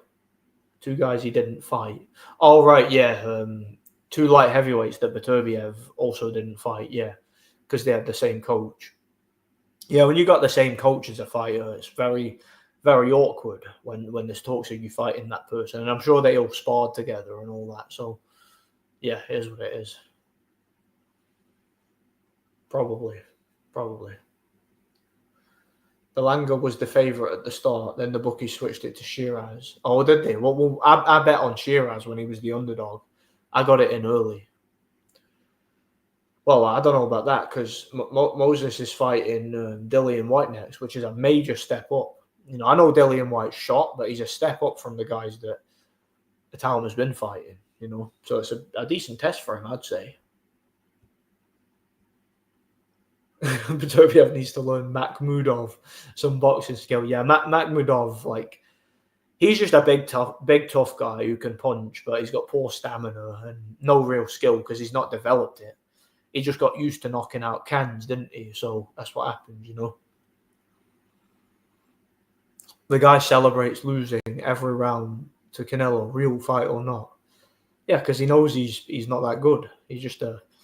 I suspect he was actually built up to be an opponent for Canelo. I suspect that's why Belanga was built up in the first place, just to get a padded record guy for Canelo to beat. You know, yeah. Imagine they made Wilder versus Makhmudov. That fight makes perfect sense. You know, 2 hype jobs, 2 guys who are chinny who can knock each other out. Let's see it. Why not? Give Makhmudov a good chance, to be honest, in that fight. I would. Oh, he put Usyk's face on it. Yeah, well, that's kind of weird, isn't it? Who do you think was the worst 2010s heavyweight between Charles Martin and Bermane Stiverne? Stiverne was worse than Martin, I think. Like, both at their absolute best, I'd favour Martin on points. He was the better athlete, slightly better technically. Even though I think Stiverne was a bigger puncher. I think Martin was slightly more skilled and more athletic. I've got Norman beating Haney if it's a real fight. Probably on points, because I think he'd just make Haney run all night and spoil his way through it. But I think Norman will beat him if it's a real fight. Hagler versus Canelo in a real fight. Probably Hagler by a late stoppage. Just break him down slowly and stop him late. In a real fight, of course. And Duran in his absolute prime would just outbox Canelo and do what what's his name Cotto did in spots, but actually sit down on his punches and probably beat him on points. Yeah, the legendary 54-year-old Luis Ortiz, you know, Charles Martin put him down multiple times. Yeah, he did. But yeah, Ortiz was beyond shot at that point. Let's be honest. Do you work out at home? Not really. No, I tend to, when I'm at home, I tend to just relax. You know, sometimes I'll like stretch and stuff like that and shadow box, but not very often. I mostly work out at the gym, you know. Oh yeah, it could have been, but I've got a feeling that Crawford's still going to win that fight, you know.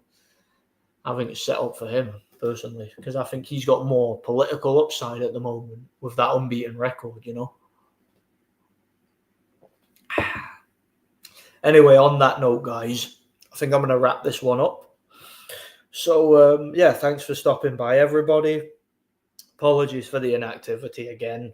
Hopefully we'll get another stream next week and hopefully a video too, if I can manage it. So, yeah, thanks for stopping by, guys. I've enjoyed this one. And I hope to see you all around for the next one. So yeah, God bless each and every one of you. Enjoy the rest of your Sunday, and yeah, thanks for watching. Peace.